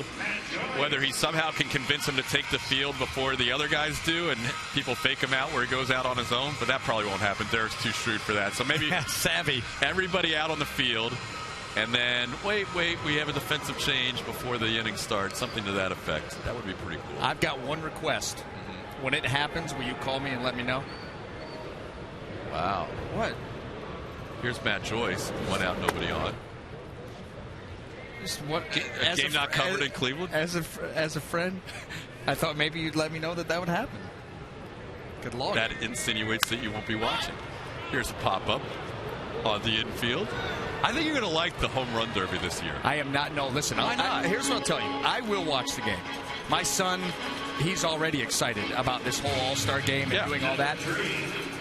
The home run derby, the last couple of years, I've really started to fall out of favor with it because of the amount. You talk about the pace of baseball, and that's been kind of a theme this year. The All-Star game, the number of takes. You mean the home run derby? Oh, the home run derby. Mm-hmm. The number of takes. I mean, a guy will swing and pop one, and then take 2 or 3 pitches, and then swing. It takes forever. New format this year. Well, let's hope. There is. Well, good. I'll tell you about it. I may watch it then. 0-1 to Evan Longoria. Base hit his last time up. Used to be 10 outs. Yes. And you would have multiple rounds. Now 7 outs.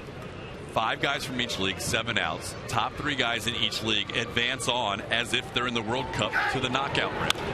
Here's the ball in the air. I'll tell you more about this after this inning, as R.A. Dickey has a 1-2-3 bottom half of the fifth. He gets Zobrist, Joyce, and Longoria. We head to the 6th with the Rays leading 1-0.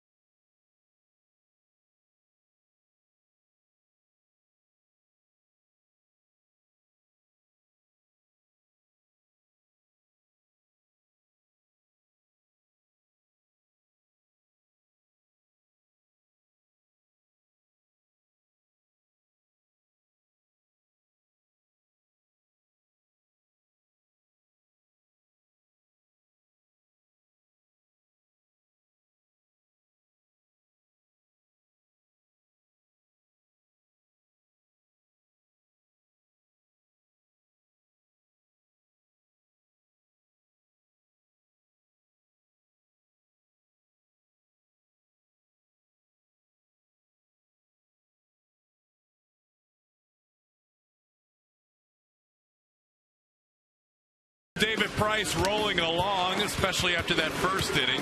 Price has struck out 4 during his time out there.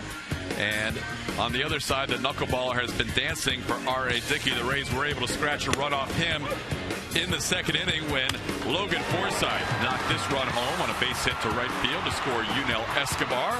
Batista unable to come up with the ball cleanly, but I'm not sure it would have mattered as the Rays took a 1-0 lead in the second, and that is it so far. Rays with 4 hits, Blue Jays with 2. You can see the lines for both pitchers, both with 4 Ks. They do it in different fashions, but they are both very effective so far today, as Price will deal with the top of the lineup, Jose Reyes, for the 3rd time today. Reyes has struck out and flied out. David, 3rd, 4th, and 5th innings pitched to the minimum hitters, 9. He did allow 1 runner on a hit batsman, but that was a race on an inning-ending double play in the 5th. 0-1 to Reyes. Little soft line drive over Forsythe's head into right field. Base hit number 3 in the game for Toronto. When you think about the 3 hits, Batista a little softy in the center, opposite field broken bat by Juan Francisco in the left, and then that one in the right field. Nobody really squaring much up against David Price. No, his stuff has been good. His command has been good. He's moved the ball around the zone. You know, you've got 3 balls that have found holes, not hit hard off the label. Now what you worry about is the Blue Jays not having been able to muster much against David Price, starting to try to create something. It's 3rd time through. Reyes is on. Good base stealer, good base runner.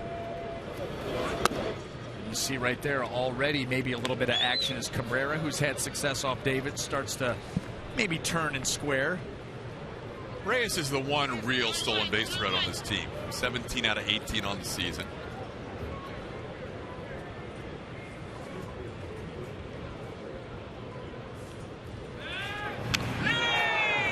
Close. I'll tell you, David Price almost caught Jose Reyes napping right there, and you could see the look of relief on his face. Caught him flat-footed with a step off the back of the rubber, and that was really close. Great percentage there. Reyes picking his spots very well. And a lot of times a guy like David Price, not easy to string together 3-4 hits in an inning. You've got to try to push the envelope just a little bit. Another check at first. Well, David doesn't have a wipeout pickoff move. I mean, if you're not intending to steal, more times than not, he's not going to be able to pick you off. However, he does a very nice job at picking and choosing the right pitches to go over on, because as a left-handed pitcher, as a base stealer, you're trying to go off first movement. Getting a little bigger lead is Reyes. The pitch home misses, and now it's 2-0. And that is a concern when you have your attention divided, all of a sudden you fall behind a hitter like Cabrera. Yeah, and you know that David obviously paying attention to Reyes because of what we were just talking about. And then all of a sudden you start to speed the delivery up a little bit, or you're not fully concentrating, and now Cabrera's got a good count to hit it. That's how a base stealer can be effective, whether he's running or not. Dangerous part of the Blue Jays lineup, the guys who had the most success against Price coming in, Cabrera at the plate and Jose Bautista on deck. Runner on first, nobody out.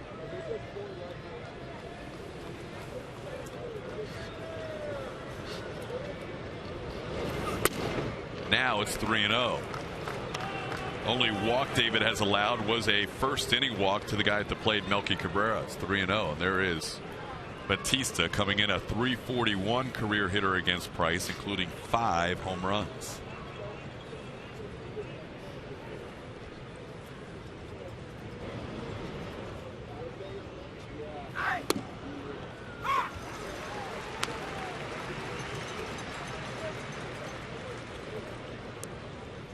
Pitch number 76 for David. And still has that pitch count in good order. You can see forced to work there in the first inning, but since then has settled in nicely. Needs to make a big pitch here. Keeps checking Reyes at first.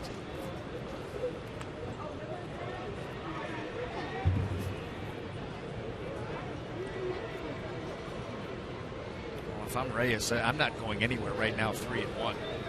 You're going to let Cabrera swing the bat. Don't run the risk of a swing through strike and then throw you out. That'd be a tough way to lose a runner. On the ground, could be 2. Forsythe, Escobar,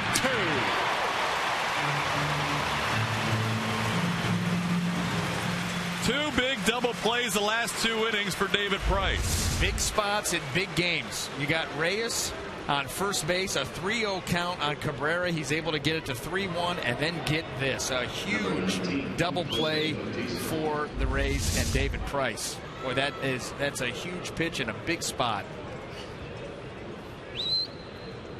2 outs, and now the bases are cleared for the guy who has had as much success as anybody on this roster against David Price, Jose Bautista. 1 for 2 today, takes a pitch high and away, 1-0. Yeah, and it certainly didn't look like he was going to be coming to the plate with nobody on. And just a minute ago. This is how you want to face Bautista. Saw Bautista, All-Star above his name, 5th All-Star appearance. He is the captain of the American League in the Home Run Derby. That pitch may have been fouled and caught Jose Molina. This ball ends up a little bit too much plate right there and just caught the thumb. Jose Molina will look forward to 4 days off. Oh yeah, he's got worked over pretty good, with Ryan Hannigan nursing that sore side. Molina doesn't like when traders come. No. And I'm with him because that's anytime. Like, I got it. Ron Porterfield, some of the best trainers in the business residing in that Rays dugout, and they're very cautious and in tune with their players.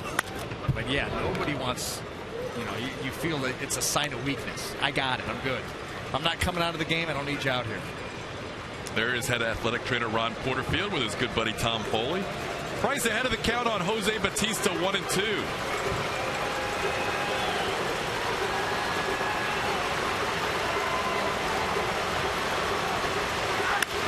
In the air, right field. Ben Zobrist barely moves, just a few steps to his right. And David Price, with a couple of double plays, has faced the minimum over the last 4 innings. We are heading to the bottom of the 6th. Rays still lead 1-0.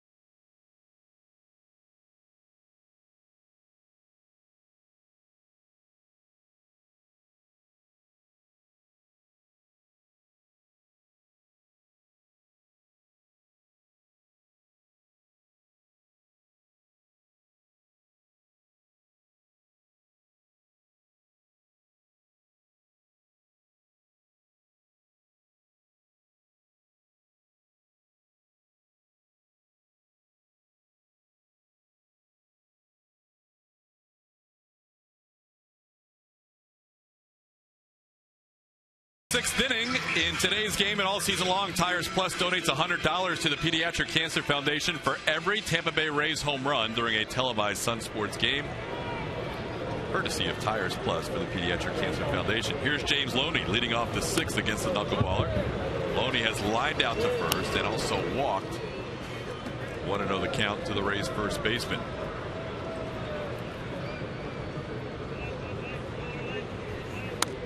Posed that question to Joe Madden, which a viewer asked you guys the other day about who would win a Rays home run derby. Oh, yeah. What did he say? Joe had this guy in the finals, and he only stayed with the current roster. So Will Myers, Jerry Sands, not really eligible. He had Loney versus Sean Rodriguez in the championship round. He didn't really pick a winner, so those two guys would be pretty close. Yeah, I don't know if I'd argue with that. I just know that because Longoria's not a home run hitter in BP. Yeah. When he hits them, it's line drive, and it's not like he can try. He doesn't like trying to hit home runs in BP. Yeah. Loney, when he wants to, he's impressive, and he's got distance. I mean, he's not wall scraping. No. Same with Rodriguez. No. Rodriguez, he doesn't get cheated on his swings either. Loney with a full count. So yeah, I like that final matchup. That's good. We were talking about the home run derby last inning. It basically the format's changed. You get 7 outs.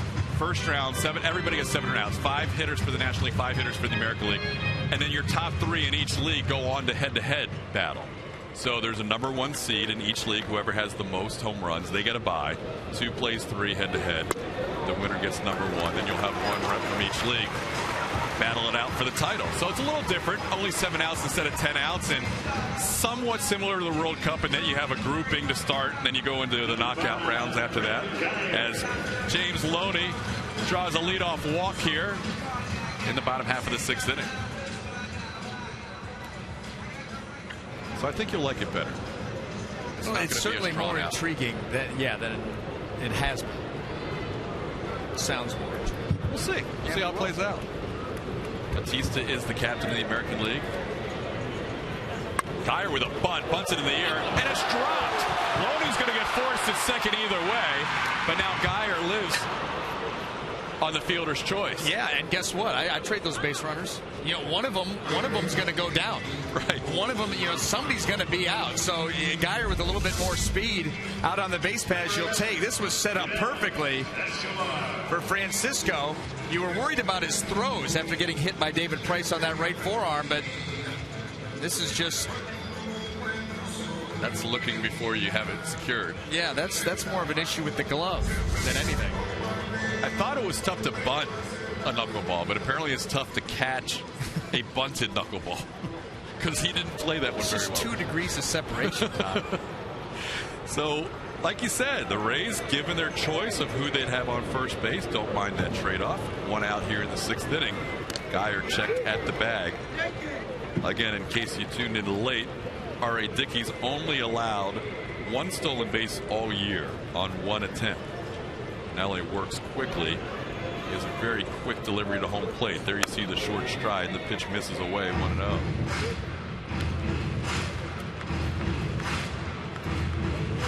Yunel Escobar, 1 for 2, scored the game's only run after a single, came around on a Logan Forsythe single in the 2nd inning. Also has flied out to left, took a big swing at that at bat in the 3rd inning.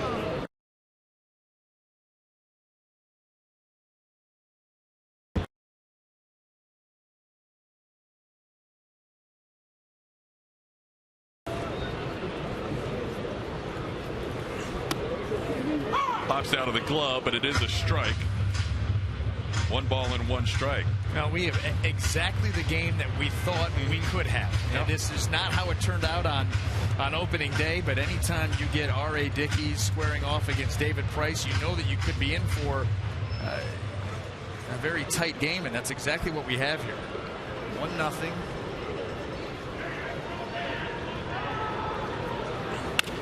On the ground, slowly hit towards short. Reyes to second. They get the out there, and that's it.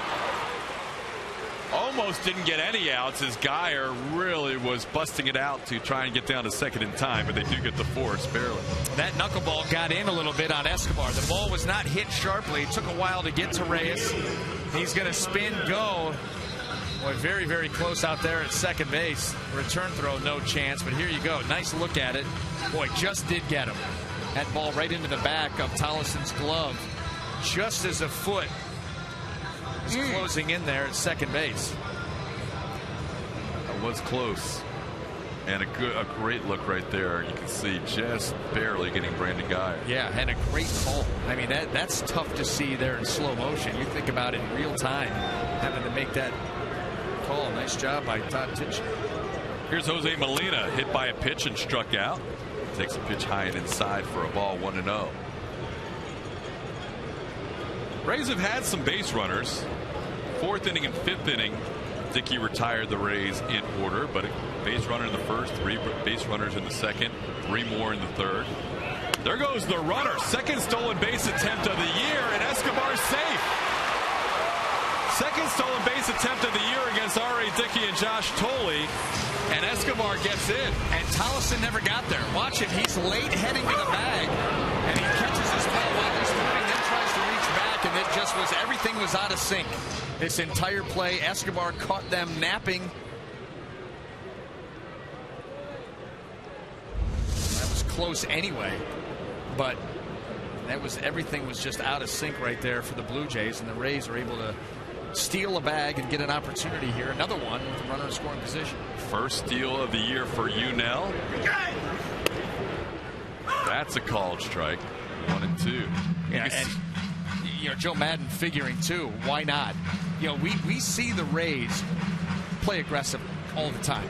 We see them even more aggressive when they have the lead, and tough to put something together here against Dickey, so why not? And they caught him.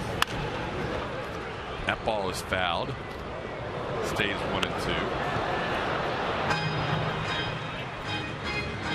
I like this version of Yunel Escobar. He is playing with the aggressiveness we saw in 2013, and he's smiling a lot. He is the joy of the game that he plays with has been missing at times this year, but we're seeing it again. I think it's been missing for quite a bit this year, and you're right. The last few games since he's come back, it has been a breath of fresh air. This is exactly. And a base hit into right, and that stolen base is going to result in a run potentially. Batista's throw out at home plate. What a throw by Batista. Joe Madden's going to want to take a look at this. Batista playing his first game in the outfield since June 22nd. Threw one on the money, on the fly. Here's another look. I think that Escobar's left leg is going to get to the home plate before the tag. Now, the question is the foot in contact with home plate, or is it just over top? Because it's there. Oh, I think he's there. Yeah. Yeah. Because he's hitting the dirt before the plate. Watch the dirt. I think he's there. Yep, I think the Rays are going to get a run out of this. That left leg, it was in there. Escobar absolutely adamant that he was there. Showing that life, baby. I love guys' reactions now with replay when they think a call is blown. There's no argument. Yeah. Just like, I'm safe. No. Come on out and argue. It's like old school. It's like baseball in the backyard. No. I was there. I was there. And I think Escobar's right. Well, obviously, this is a huge review in a 1-0 game. It's either inning over and we stay 1-0 going to the 7th, or Jose Molina has an RBI and the Rays lead 2-0. You cannot have this call stand. You cannot. I don't see how, because the whole issue, as you said, is as long as the foot's on the plate. Right. And the fact that he's dragging the dirt before he gets to the plate indicates his foot's down. That's right. And obviously, they're going to make sure this is right, but that is why replay is here. Those are the kind of plays, it looks clear and convincing enough to give the Rays a run.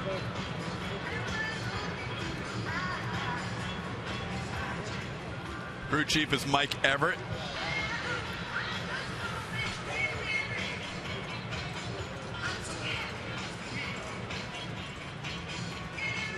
Escobar adamant that he was safe. The stolen base getting him in scoring position. Then the line drive to right field. Quite a throw by Batista, who's been battling a hamstring injury, keeping him from playing the outfield. And here's the call. Rays lead 2-0 as the call in the field is overturned.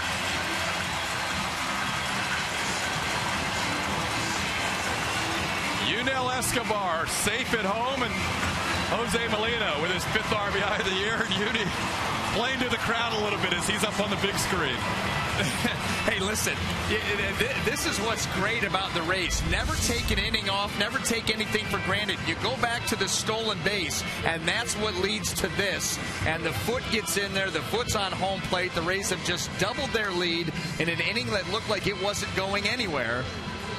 And that man right there, on the day that they give away his basketball hoop, is a re-energized shortstop. Bay Rays.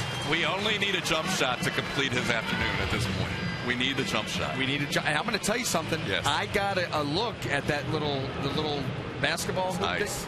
Nice. That's NBA-ish twine. I mean, it is. Rip the cord. You hear it. Sweet. It is a good giveaway. Raise up good giveaway items. Here's Logan Forsythe taking a called strike. You're right, though. Second stolen base attempt of the season against R.A. Dickey. A little bit late cover, throw a little bit to the third base side of the bag. Escobar safe, Rays steal a run. They caught him napping. They didn't just give up on that inning. And they didn't give up on the other inning with 2 outs and nobody on in the second when they scored a run on a couple of base hits and a hit batsman. So the Rays lead 2-0. And our first bullpen action of the day, Brett Cecil begins to throw in the Blue Jays bullpen. Up high, it's 1-2. Those are the little things. Those are the separators. You're talking about, we've been harping on it all afternoon. Very little margin for error in this game. You've got to try to make something happen. The Rays have been able to do that. Boy, 2-run lead seems huge now. And there's a swing and a miss for the final out of the inning, but Molina, a 2-out RBI single to right. We are through 6, and the Rays, after a review, lead at 2-0.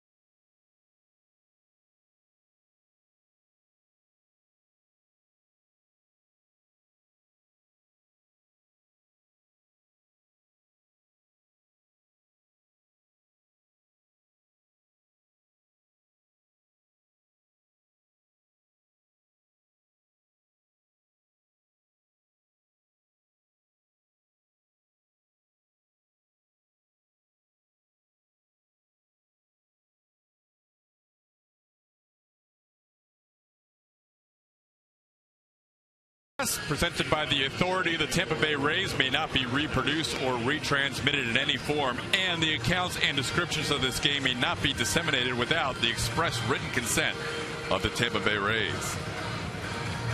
Yunel Escobar with a stolen base, setting up the Rays' second run of this game in the bottom half of the 6th inning.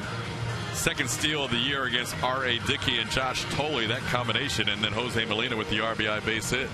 And on just the second attempt, I'll tell you, that's going to loom large. You look back at the difference in this game, hopefully at the end, and that may be it right there. The Rays going into the break, and they're emptying the tank, playing aggressively, and turning it back over to this man right here, David Price. Price will face his former teammate Dan Johnson to lead off the 7th, and there's a called strike. Johnson has popped out back to David Price himself on a check swing, a 3-2 pitch. That was a big pitch in this game. And then a foul ball to the third baseman, Evan Longoria.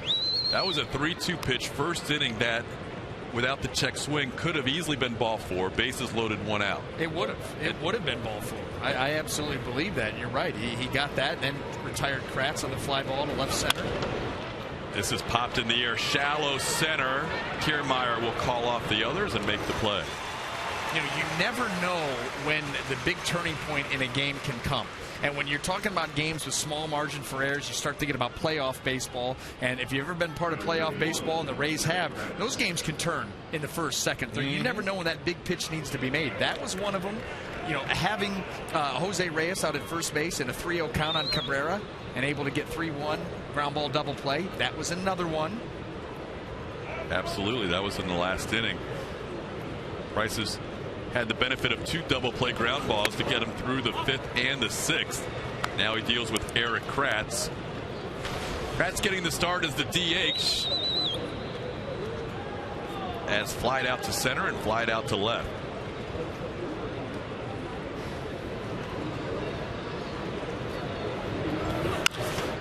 Popped in the air on the infield. Evan Longoria calling everyone off as he is making the play for the second out.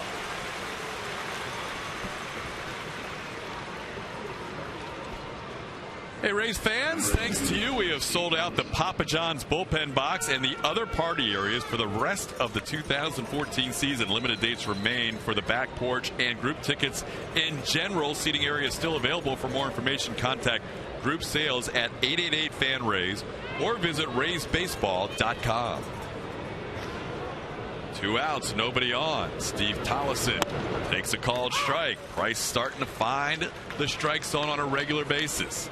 Only 2 ground balls have been hit by the Blue Jays in this game. Base hits or fly balls, except for 2 ground balls, and they both resulted in double plays. In the air, and that'll be out of play. 0-2. That's making them count.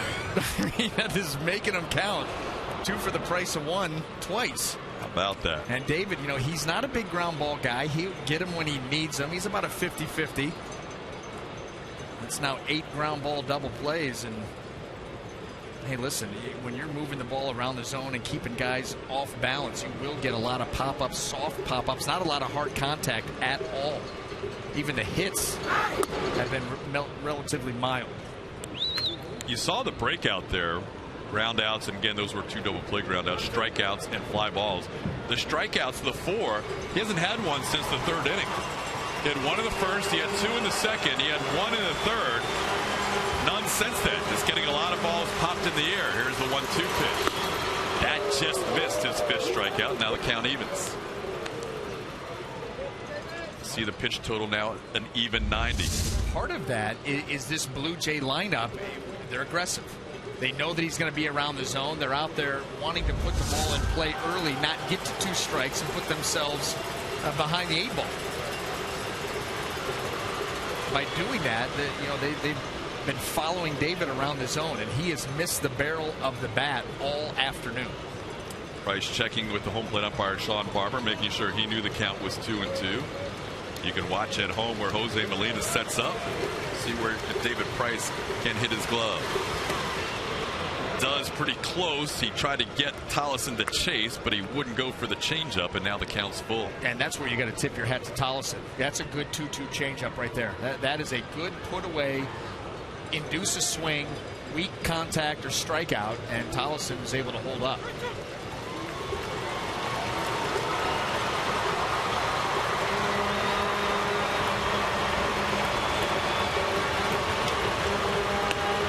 Strikeout number 5. David Price through the 7th inning stretch time. The Rays leading 2-0. Kevin Kiermaier will lead off the bottom half of the inning when we come back.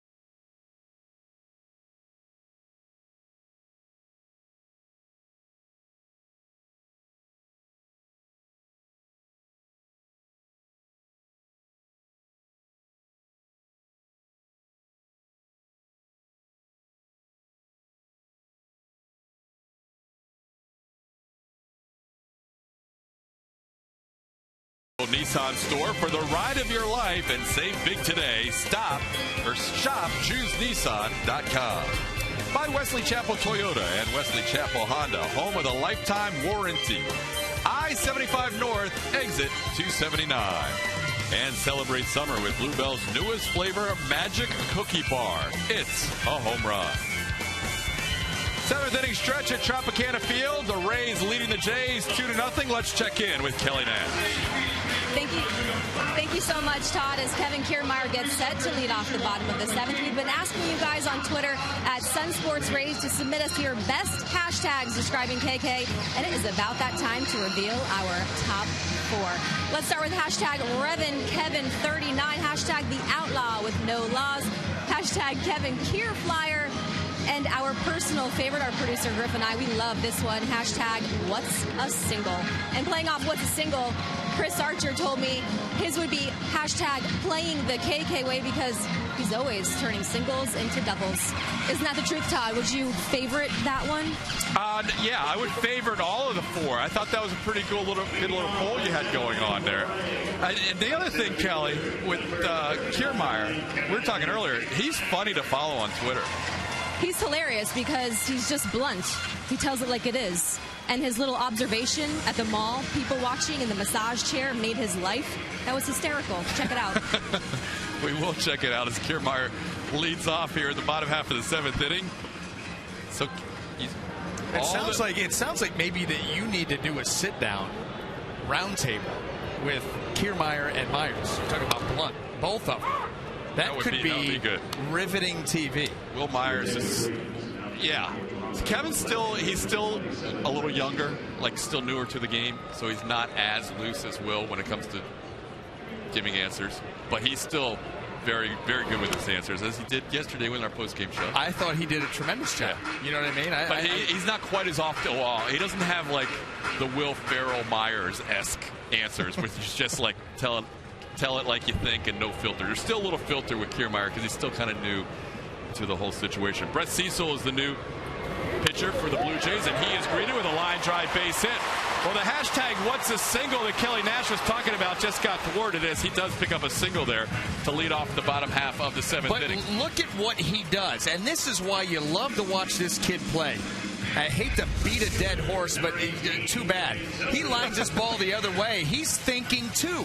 He's going to force the defender to come in and keep him at first base. Not going to be satisfied. Look at the big turn. And no, maybe not. Got to hustle back. Tremendous. His jersey's never clean. Gets his money's worth, I'll tell you that much. Comes ready to play, and you just have to absolutely love watching him do his thing.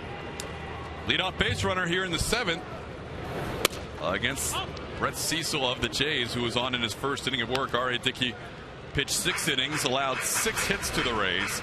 A couple of big 2-out RBIs at the bottom of the lineup, one by Jose Molina last inning, one by Logan Forsythe in the 2nd. And the Rays lead this game 2-0. Cecil appearing in game number 37 on the season, has a 3.41 ERA.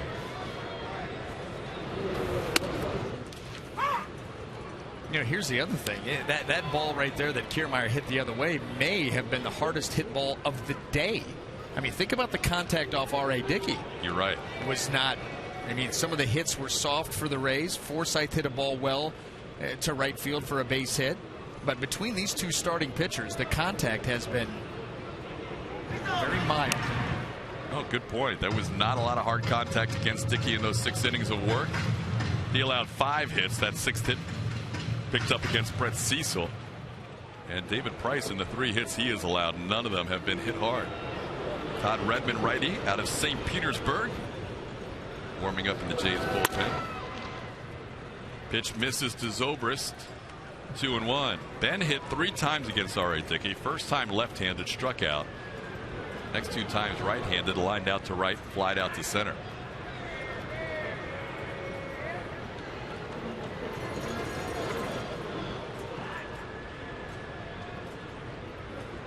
Joyce is on deck as a designated hitter. Ben Zobrist at the plate now, has been really hitting well right-handed lately. That pitch misses, and Zobrist ahead of the count, 3-1. There is Matt Joyce on deck, 1 for 3 today. Rays at the top of the lineup here, trying to extend a 2-0 lead with Kiermaier on first and Zobrist, who's 13 of his last 25 as a right-hand hitter at the plate with a 3-1 count. Now 13 out of 26 after his last at bat against Dickey. Outside, ball 4. Rays have the first 2 on here in the 7th.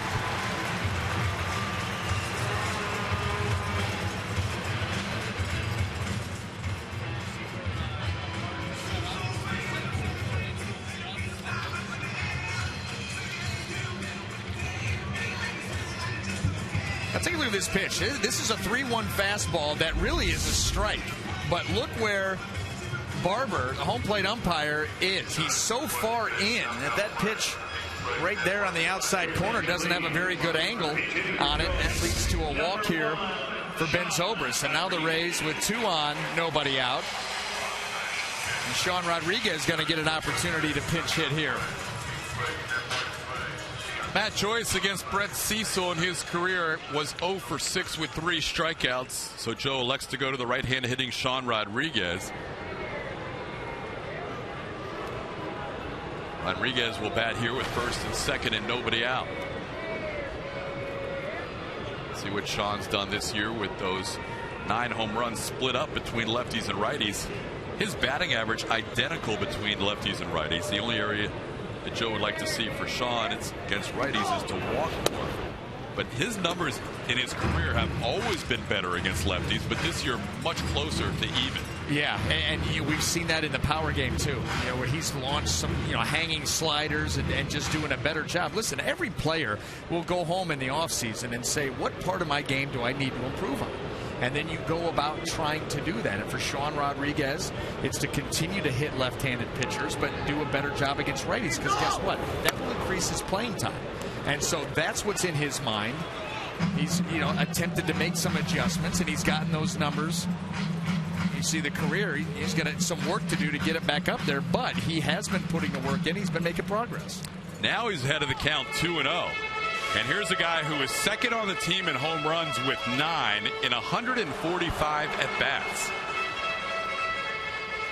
Well, we've never seen him get cheated on a swing. No. Over half of his hits this year have been extra base hits. 8 doubles, 2 triples, 9 home runs. 19 extra base hits of his 34 hits. Doesn't get cheated there. It's 2-1. No, and you won't. You may see poor contact from time to time, but it's not because the swing wasn't aggressive. Rodriguez this year is a pinch hitter, 5 for 13, including a pinch hit home run. Yeah, those are good numbers. Pinch hitting is not easy. You're sitting around waiting for the call, never sure when it's going to come. You got to keep yourself loose, engaged, ready to go. 2-2.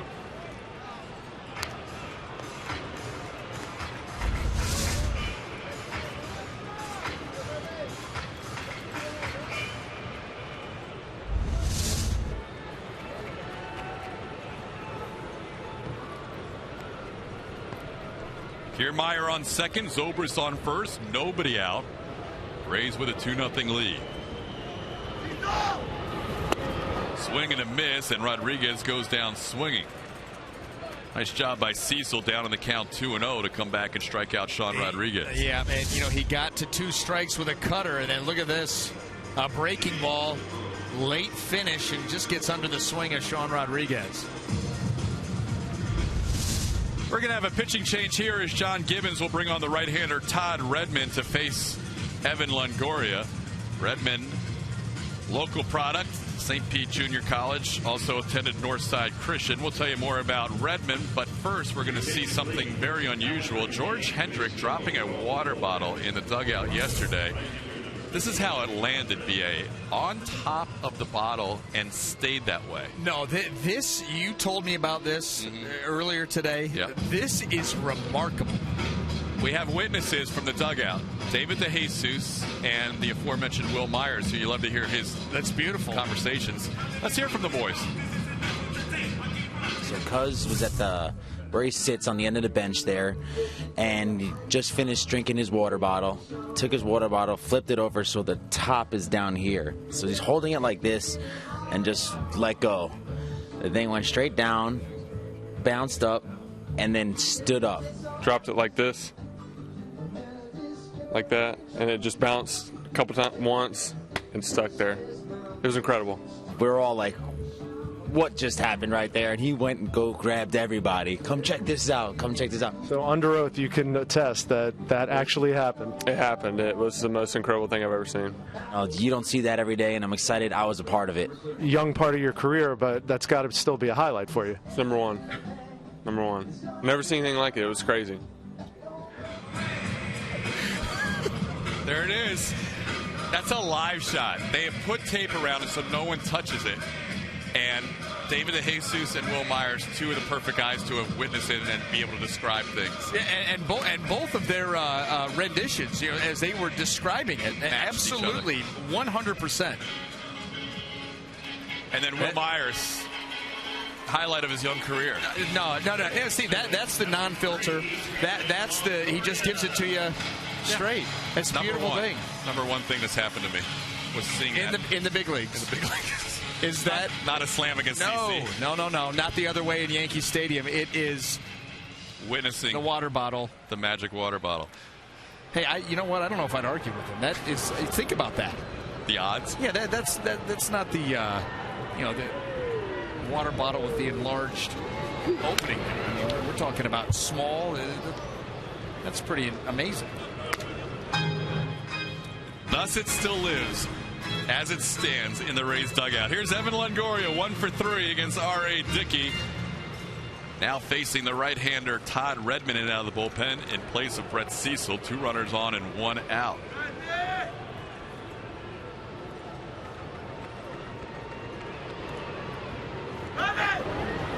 Redmond will come at you a little bit. That slingshot three-quarter delivery. Little fastball slider, sinker slider against the righties mostly. Yeah, and he's added that. He's gone a little bit even further down on that arm angle. If this is going to be his role now, why not? If you can do it, absolutely. You can see he gives you innings. You're going to come in and every now and then change that arm angle as long as you're able to command that baseball. Any little advantage that you can get, you're going to try and do.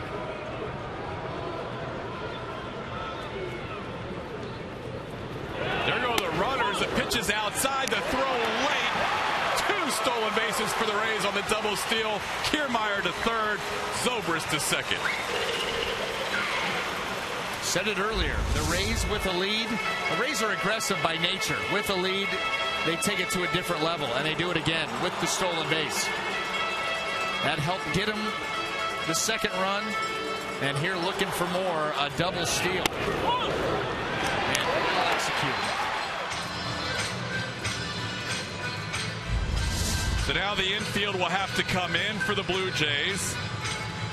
At a 2-1 count to Evan Longoria. Second steal of the year for Kiermaier. Stolen base number 5 of the season for Ben Zobrist.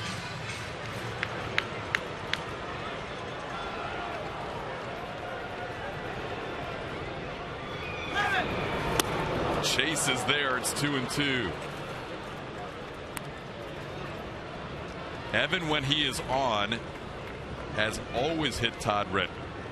3 for 4, 2 doubles, a home run, and one other time he was intentionally walked. And you got to believe that Redmond is going to continue to try to sweep that breaking ball after getting to strike 2 with it. Why you would change that? Doesn't chase. And that's going to be the key. And Evan, maybe it's a good thing he swung and missed at that pitch for strike 2. Because now all of a sudden, he's able to take stock of the at-bat. You've just seen that pitch. You know that's probably how he's going to go back and go after you, at least on the next pitch. And he was able to lay off of it, now trying to force him back over the plate at 3-2. But now what do you think he goes with? Well, you go right with the base open, and Evan Longoria, you sweep it again. Sweeps it in the air to center field. Plenty deep to score the run. Mastriani back. Zobrist is going to tag and head to third. And crossing the plate, Kevin Kiermaier. The Rays lead 3-0.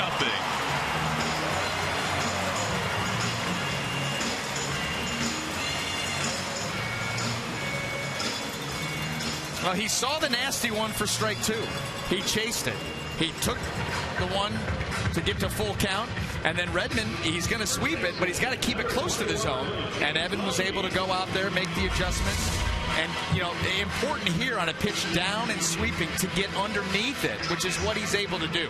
As you see him leaning out over the plate, that's what led to that run. Very nice piece of hitting by Evan Longoria, and the Rays have capitalized with Kevin Kiermaier crossing the plate. Both of the last 2 runs, a product of a stolen base. That's right. You know, it's playing aggressive for 9 innings. Here's James Loney. Takes a strike. And you've got to be able to, you know, the Rays are not a big running team. They used to be. They used to lead the American League in stolen bases. It's a different team now. But when you're presented with the opportunities, you've got to take them. You've got to start to try to manufacture and build some runs by doing things like that. And some of the guys who have played lately due to injuries have provided a little more speed. Oh, yeah. Brandon Guyer, Kevin Kiermaier. That's right. That's right. And so now you're starting, it's not quite the speed teams of the past, but you do have a few more options in terms of the running game than maybe you did earlier.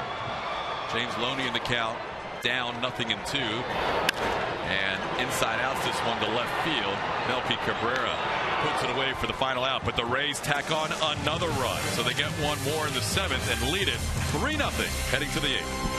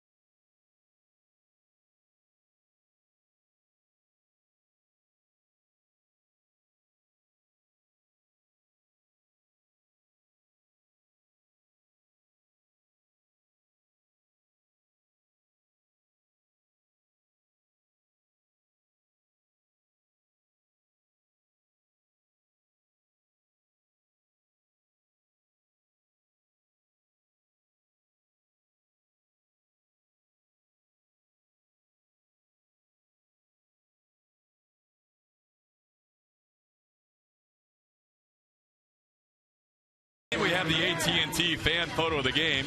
We ask you to tweet your photo to Sun Sports Fan Photo with the hashtag for a chance to be shown in an upcoming game broadcast brought to you by AT&T. And there it is.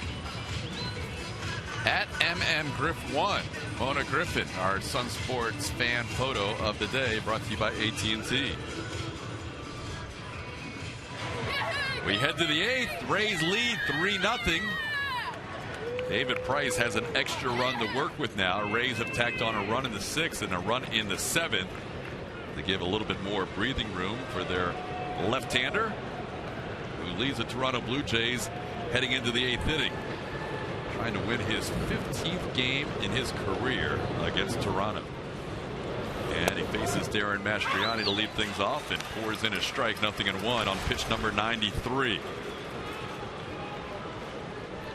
David often says his goal every start is to get 27 outs.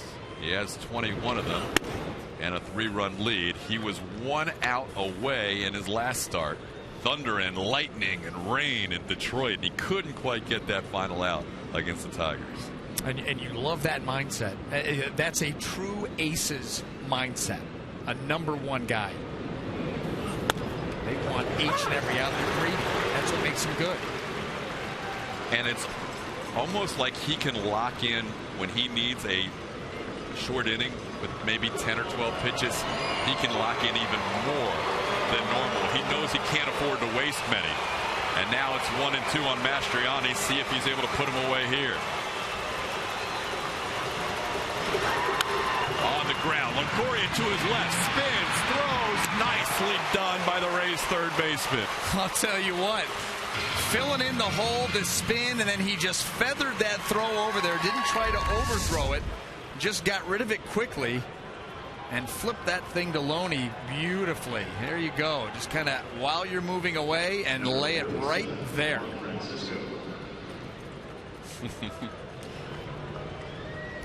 One out.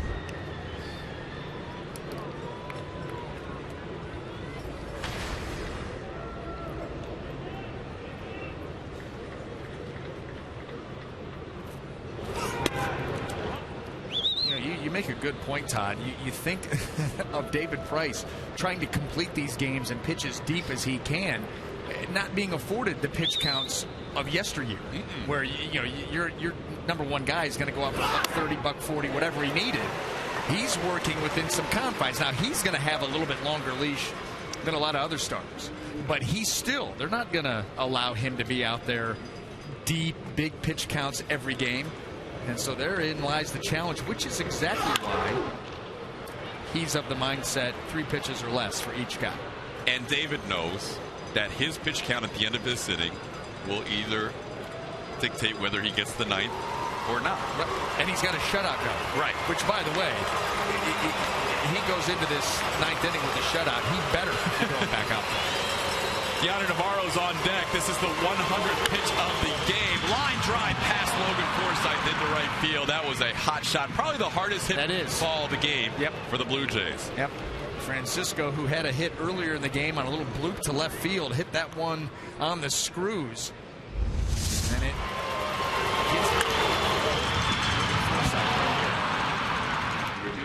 So Francisco's been on all 3 times, 2 hits and a hit batsman. And Yanner Navarro will come on as a pinch hitter for Josh Tolley. Navarro, the regular catcher for the Blue Jays, not getting a start today.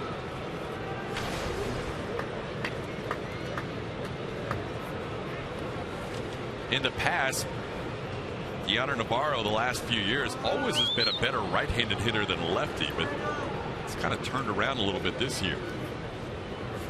He has hit much better left-handed than righty as he fouls one back to the crowd. 0-1.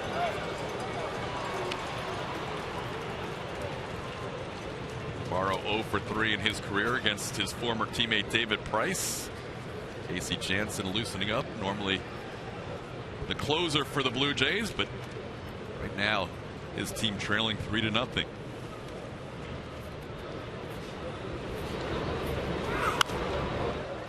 Fouled again, 0-2. Jake McGee starting to loosen. Just back from paternity leave. Warming up in the Rays bullpen.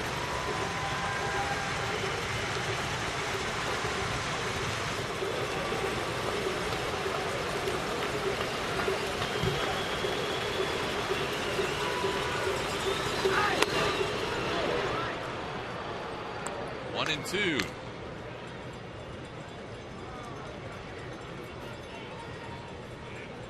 Navarro's a pinch hitter this year, 3 for 12.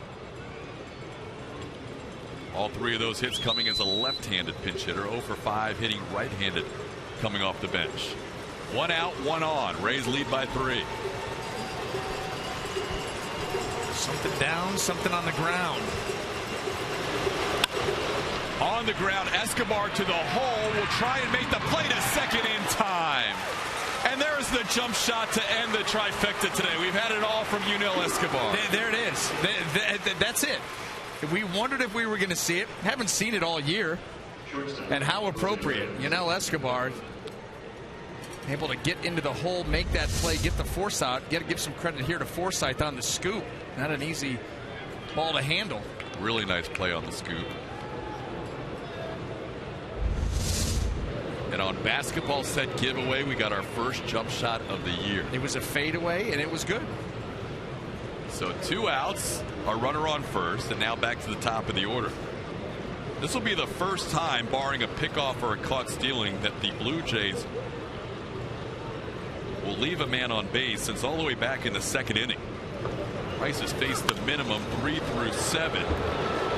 2 of those innings were helped out by double plays. 1-2-3 inning in the 3rd, 1-2-3 inning in the 4th, double play in the 5th and 6th, and a 1-2-3 inning in the 7th. And David Price on that first pitch, max effort, wanting to end it right here with Jose Reyes. You don't want to see Cabrera, had some success off it. You don't want to see Bautista, a 3-run lead. You've already got a base runner out there. David Price going to work to finish it here. Just missed 1-1.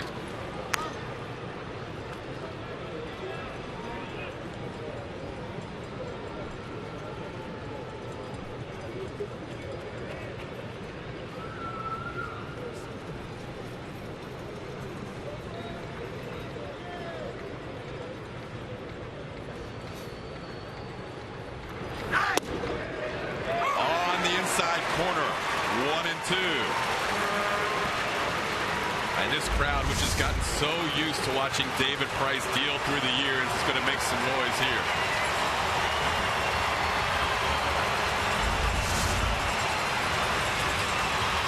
Over 17,000 on hand.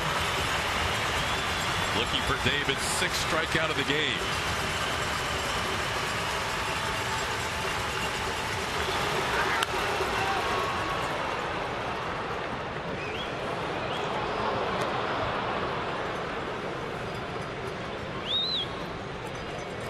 David Price's high pitch count of the season was 120 pitches against the Pirates 3 starts ago here at Tropicana Field. Went 8 1/3 innings. He is working on an extra rest, but right now he's at 108. 2 outs here in the 8th.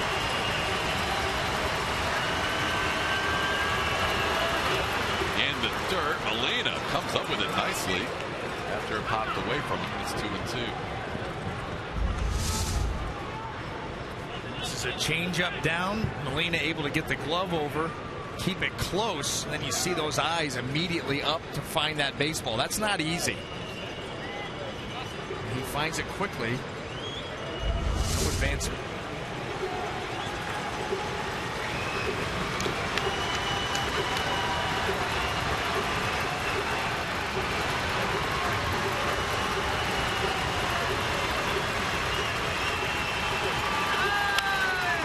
Longoria to second, and we are through 7.5. David Price, 8 innings, 4 hits.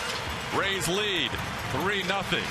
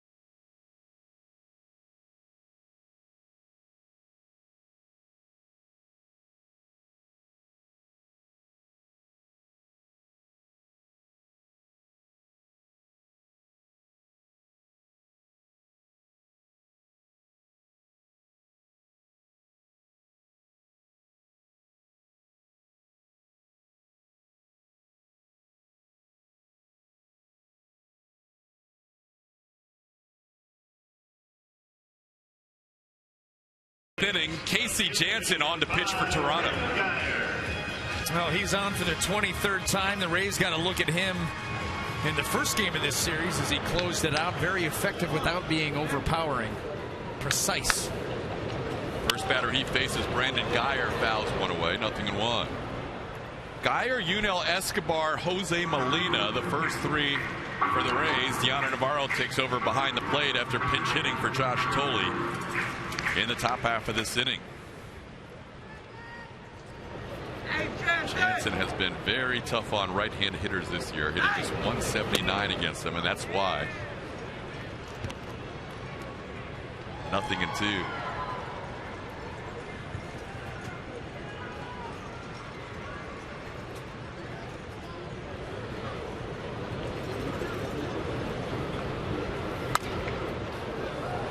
Taking over the closer's role for the Blue Jays after Sergio Santos began the season as the closer for Toronto, has 14 saves. The one thing that you can count on with Jansen is, for the most part, he pounds the zone. You know, Sergio Santos, almost a walk-in inning. That's no way to get it done. And a nice save there by Brandon Guyer. That looked to be, as that swing started, strike three. He was able to lengthen it, get a piece. Guyer 0 for 3 on the day against R.A. Dickey. Dickey went 6 innings, allowed 2 runs. Rays able to get another run that was charged to Brett Cecil. This is the 4th pitcher of the day for Toronto after Todd Redmond. Casey Jansen here in the bottom of the 8th. Yunel Escobar on deck. He has scored 2 of the Rays' 3 runs today.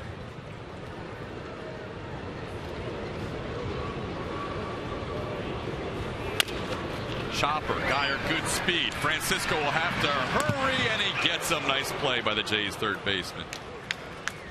1 out here in the bottom of the 8th. Let's check in with Rich Hollenberg. TK, it sounds kind of weird to say, but because of the All-Star break, we're talking about the next Rays Live pregame show driven by your Gulf Coast Honda dealers. Not until this next coming Friday night. That's when Orestes and I will be in the studio, as the Rays will be in Minnesota. So stay tuned for that. And, of course, after tonight's game, or today's game, I should say, Rays Live pregame brought to you by Checkers will be recounting David Price's final outing before the All-Star break, and more, of course. All right, Rich, look forward to that. We'll be hosting with O after the game, and then the pregame show to kick off the first game coming out of the All-Star break from the studios. We travel to Minnesota. What a day it's been for Yunel Escobar. The 2-run scored, a stolen base,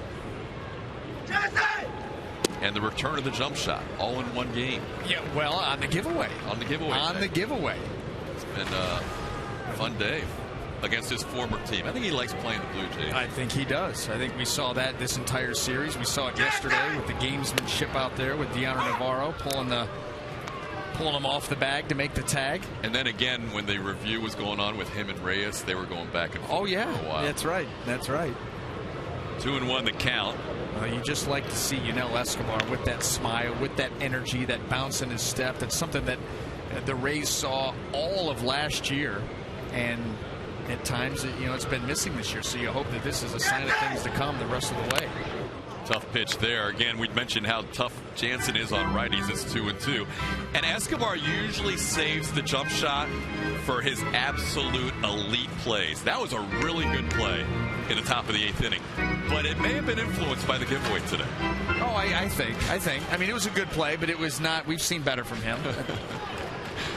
But listen, he was moving away. Oh, it was a good play. He had made the play, forced the runner, and then why not? Moving away, fading away. So put 3. What's the score right now? 3-0. Right, 3-0. He hit a 3. Swings through that one. That was a tough pitch. And he goes down for the second out. Ability to add and subtract. Casey Jansen, not at the top end, but at the bottom end. And 73 miles an hour on this curveball. And Yunel Escobar just not able to wait back long enough. 2 outs, nobody on. And Jose Molina will be the hitter. Molina's been on base twice, hit by a pitch, struck out looking, and singled home the second run of the game. It's in the air to center field. And Mastriani will put it away. David Price with 110 pitches. There was no bullpen action during that half inning. We'll see what happens when we come back.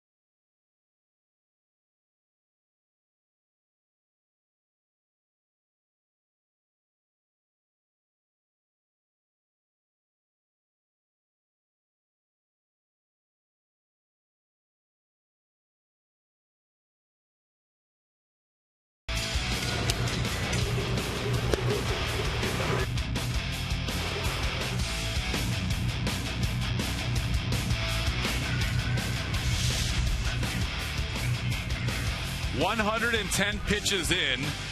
David Price, 8 innings, has allowed 4 hits, 1 walk. He has struck out 5. His high pitch count on the season is 120. His high pitch count of his career is 127. Jake McGee is warming, but Joe Maddon is going to let Price go out for the ninth. Yep, he's going to get an opportunity here to at least get this inning started. He's going to cut right down through the middle of this Toronto Blue Jay lineup as the Rays need 3 outs to finish this off in style. Price has 2 career complete game shutouts, 2010, 2012, and looking to add 2014 to that list. 0-1 on Melky Cabrera. Cabrera has walked, struck out, and grounded into a double play. Base hit up the middle. So there is a leadoff base runner. And with that pitch count where it is, not much of a threshold for Price here in the ninth. Joe Maddon's going to come out of the dugout. Seemed like Joe was going to let him go, but once the base runner got on, that would be it. The fans don't like it, but he's got Jake McGee, who's gotten the job done almost every time coming out of the bullpen. So Price, within 3 outs today, will leave after 8 innings and get a huge ovation.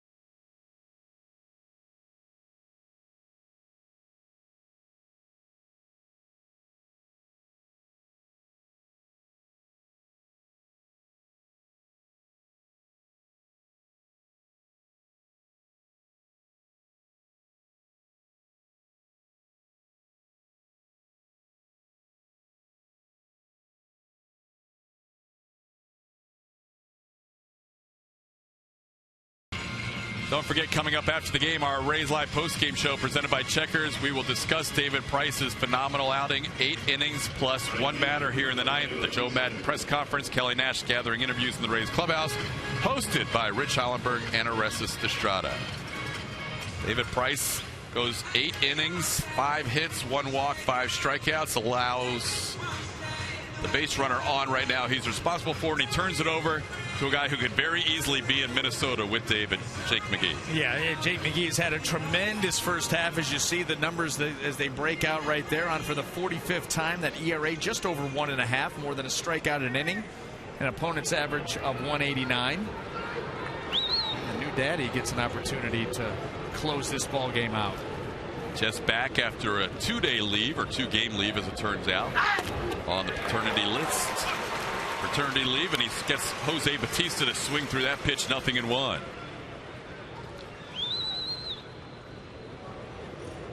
David Price back in the dugout, watching on here in the ninth inning. Melky Cabrera, his responsibility on first base. Pitch home is a check swing, and McGee quickly ahead 0-2. Now it's high heat. That's what Jake McGee, his calling card is that fastball, explosive, mid-upper 90s. The curveball, it's been getting a little bit more face time here recently. First and foremost, he is a power lefty.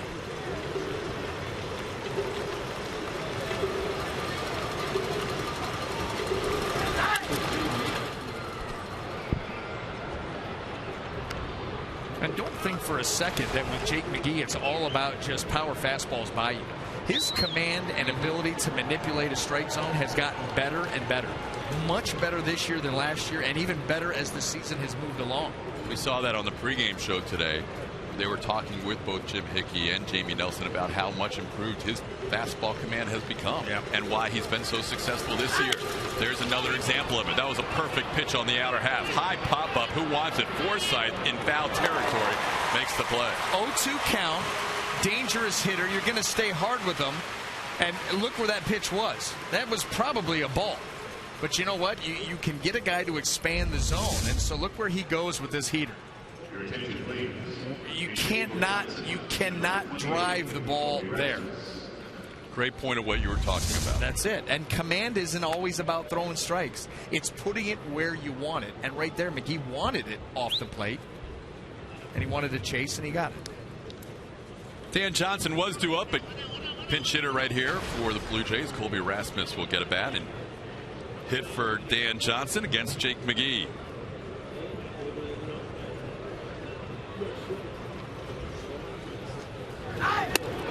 There's a called strike.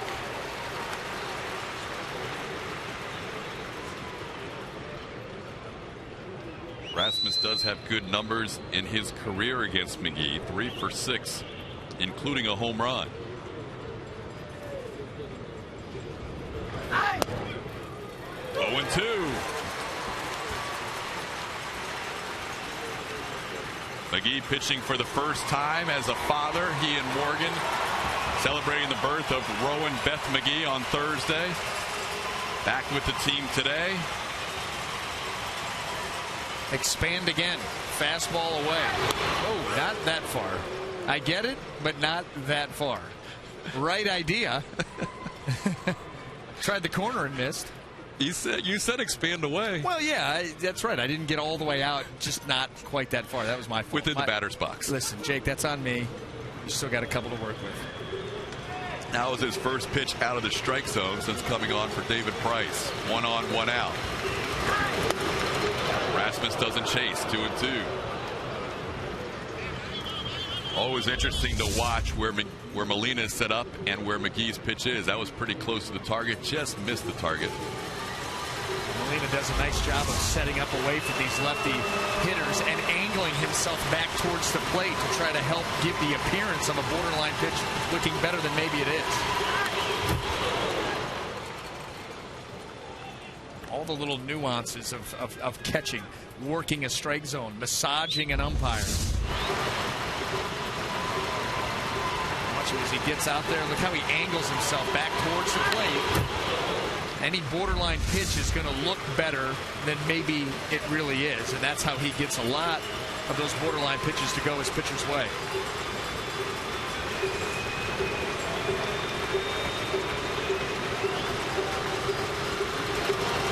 Hey, to the backstop on the fly. That pitch hit the window of the backstop on the fly. I don't think I've seen that from Jake McGee. Todd, you seem genuinely surprised. That's the Bob Uecker call. Yeah, no, just listen, a bit high. Just as you tried the corner and missed, and now that right there. But here's the thing. We just got done talking about his fastball command and how much better it's been. We've seen 2 of his worst fastballs maybe in the last month or 2. He needs to throw a good one here. You don't want to put the tying run at the plate. Swing and a miss. He gets him on high heat. It's all about changing eye levels.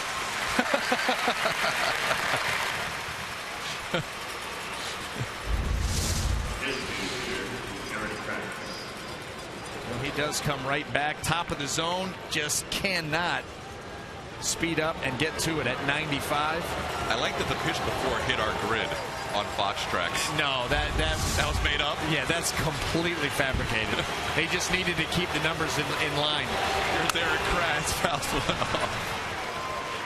There's no way that hit the grid. None. And people at home would freak out. Like 1, 2, 5. Where was it? You just they don't need that. So here it was up here somewhere. If you want to show that grid again, I'll show you where it really was. Braves fans hoping for a combined shutout. Where was the pitch? It was more like That was number 6? That was number 6 right up there. Nice. David Price, 8 innings. Jake McGee looking for the final out. In the air, foul, out of play. The Rays are now within a strike.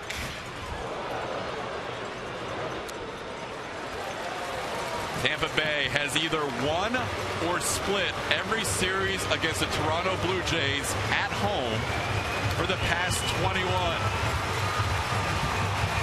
last time the Blue Jays won a series here was 2007.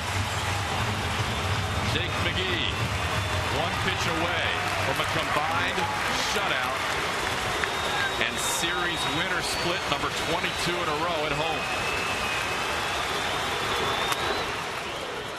1-2.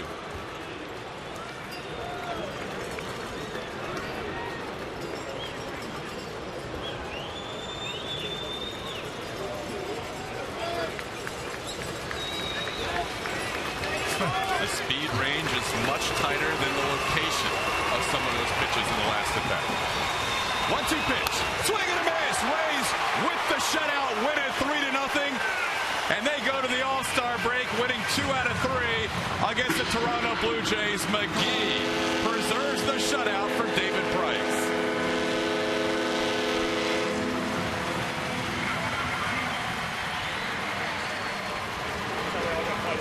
There are the 2 left-handers who combine on the 5-hit shutout. David Price improves in his career BA to 15-2 against Toronto. And it wasn't easy today. You know, R.A. Dickey did a really nice job of matching David for most of the afternoon. However, the Rays were able to take advantage early, score a run, extend that lead with a stolen base that kind of caught the Blue Jays off guard, add another run later. And then David Price gets a little help from fellow lefty Jake McGee and able to close it out, get a big win, a big performance by the Rays left-handed starting pitcher. Exactly what you had hoped for. We talked about it earlier. Wanted to go out and dominate today, and he did just that. Brothers don't shake hands. Brothers hug. David's a hugger. Hugs all around, especially Tom Foley. Oh, yeah. Here comes Jamie Nelson, then his pitching coach, Jim Hickey. Oh, Joel Peralta missed the hug. What an outing by Price. Yep. 8 innings, that first inning so large. We talked about it, listen, in between innings. After that first inning, you know what? You may regret that, Toronto, because if he settles in, you're in big, big trouble. And guess who settled in? David Price certainly did. 23-pitch first inning, gets through that. He would go on for 7 more shutout innings. Started the 9th. Allowed a leadoff single to Melky Cabrera. Joe Madden knew what he was going to do leading into that inning. With 1 base runner, he was going to go to Jake McGee. And that's what has happened. But then McGee comes in and gets the pop-up and 2 strikeouts to end the game. And as you saw a moment ago, Rich Hollenberg gathering David Price for our post-game interview. Let's send it down to Rich. All right, 8 innings, a combined shutout with Jake McGee, and you got not only 1 hug from Joel Peralta, but 2. What was that about? Because we made Peralta get the spanking in Detroit whenever he set the all-time appearance, you know, for the Rays, and I kind of threw him under the bus for that, and he was mad at me for 2 days. So I told him to get out of there today, and it's all in fun. I'll take 2 hugs from him anytime I can get them. Amidst all the rumors that are swirling around, you said a few weeks ago you feel like you're the best pitcher you've ever been. You came into this game, your start got pushed back a day because you weren't feeling well. How did that affect your approach today, and how did you feel out there? I mean, it didn't affect my approach at all. Just want to go out there and pitch as deep as possible into the game, give us a chance to win. And we put up an early run.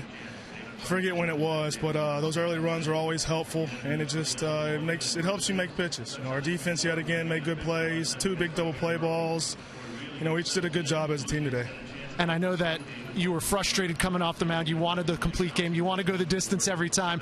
But having Jake McGee back and come in and pitch out the 9th for you has to be special too. Yeah, absolutely. You know, in that situation, you know, I completely get it. You know, if anybody gets on base, whether it's an error, hit by pitch, you know, I know I'm done. So just didn't execute that the 0-1 fastball into Cabrera. He put a good swing on it, stayed in the middle of the field. And, you know, Joe made the right decision, and McGee did a great job. What's going through your mind? What are your emotions when you're walking off the mound, despite being frustrated not being able to close it out, hearing the ovation from the crowd?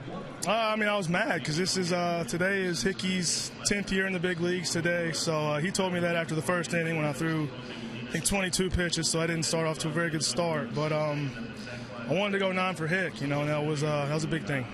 And lastly, David, you haven't shied away from all the trade talk. You said as long as we keep winning, it's going to be harder to deal me because you want to be here when this team turns it around. Obviously, that doesn't change now that you guys have the momentum going in the right direction into the All-Star break. That's our thoughts. So hopefully, I mean, we'll see what happens. You know, nobody in the clubhouse or nobody on our 25-man roster, you know, really has any say. So I guess it's a big however many days it is until the trade deadline. All right, enjoy Minnesota in the All-Star game. David Price, your All-Star representative for the Rays. He's heading there. He won't pitch there, but another All-Star worthy performance from number 14. Guys?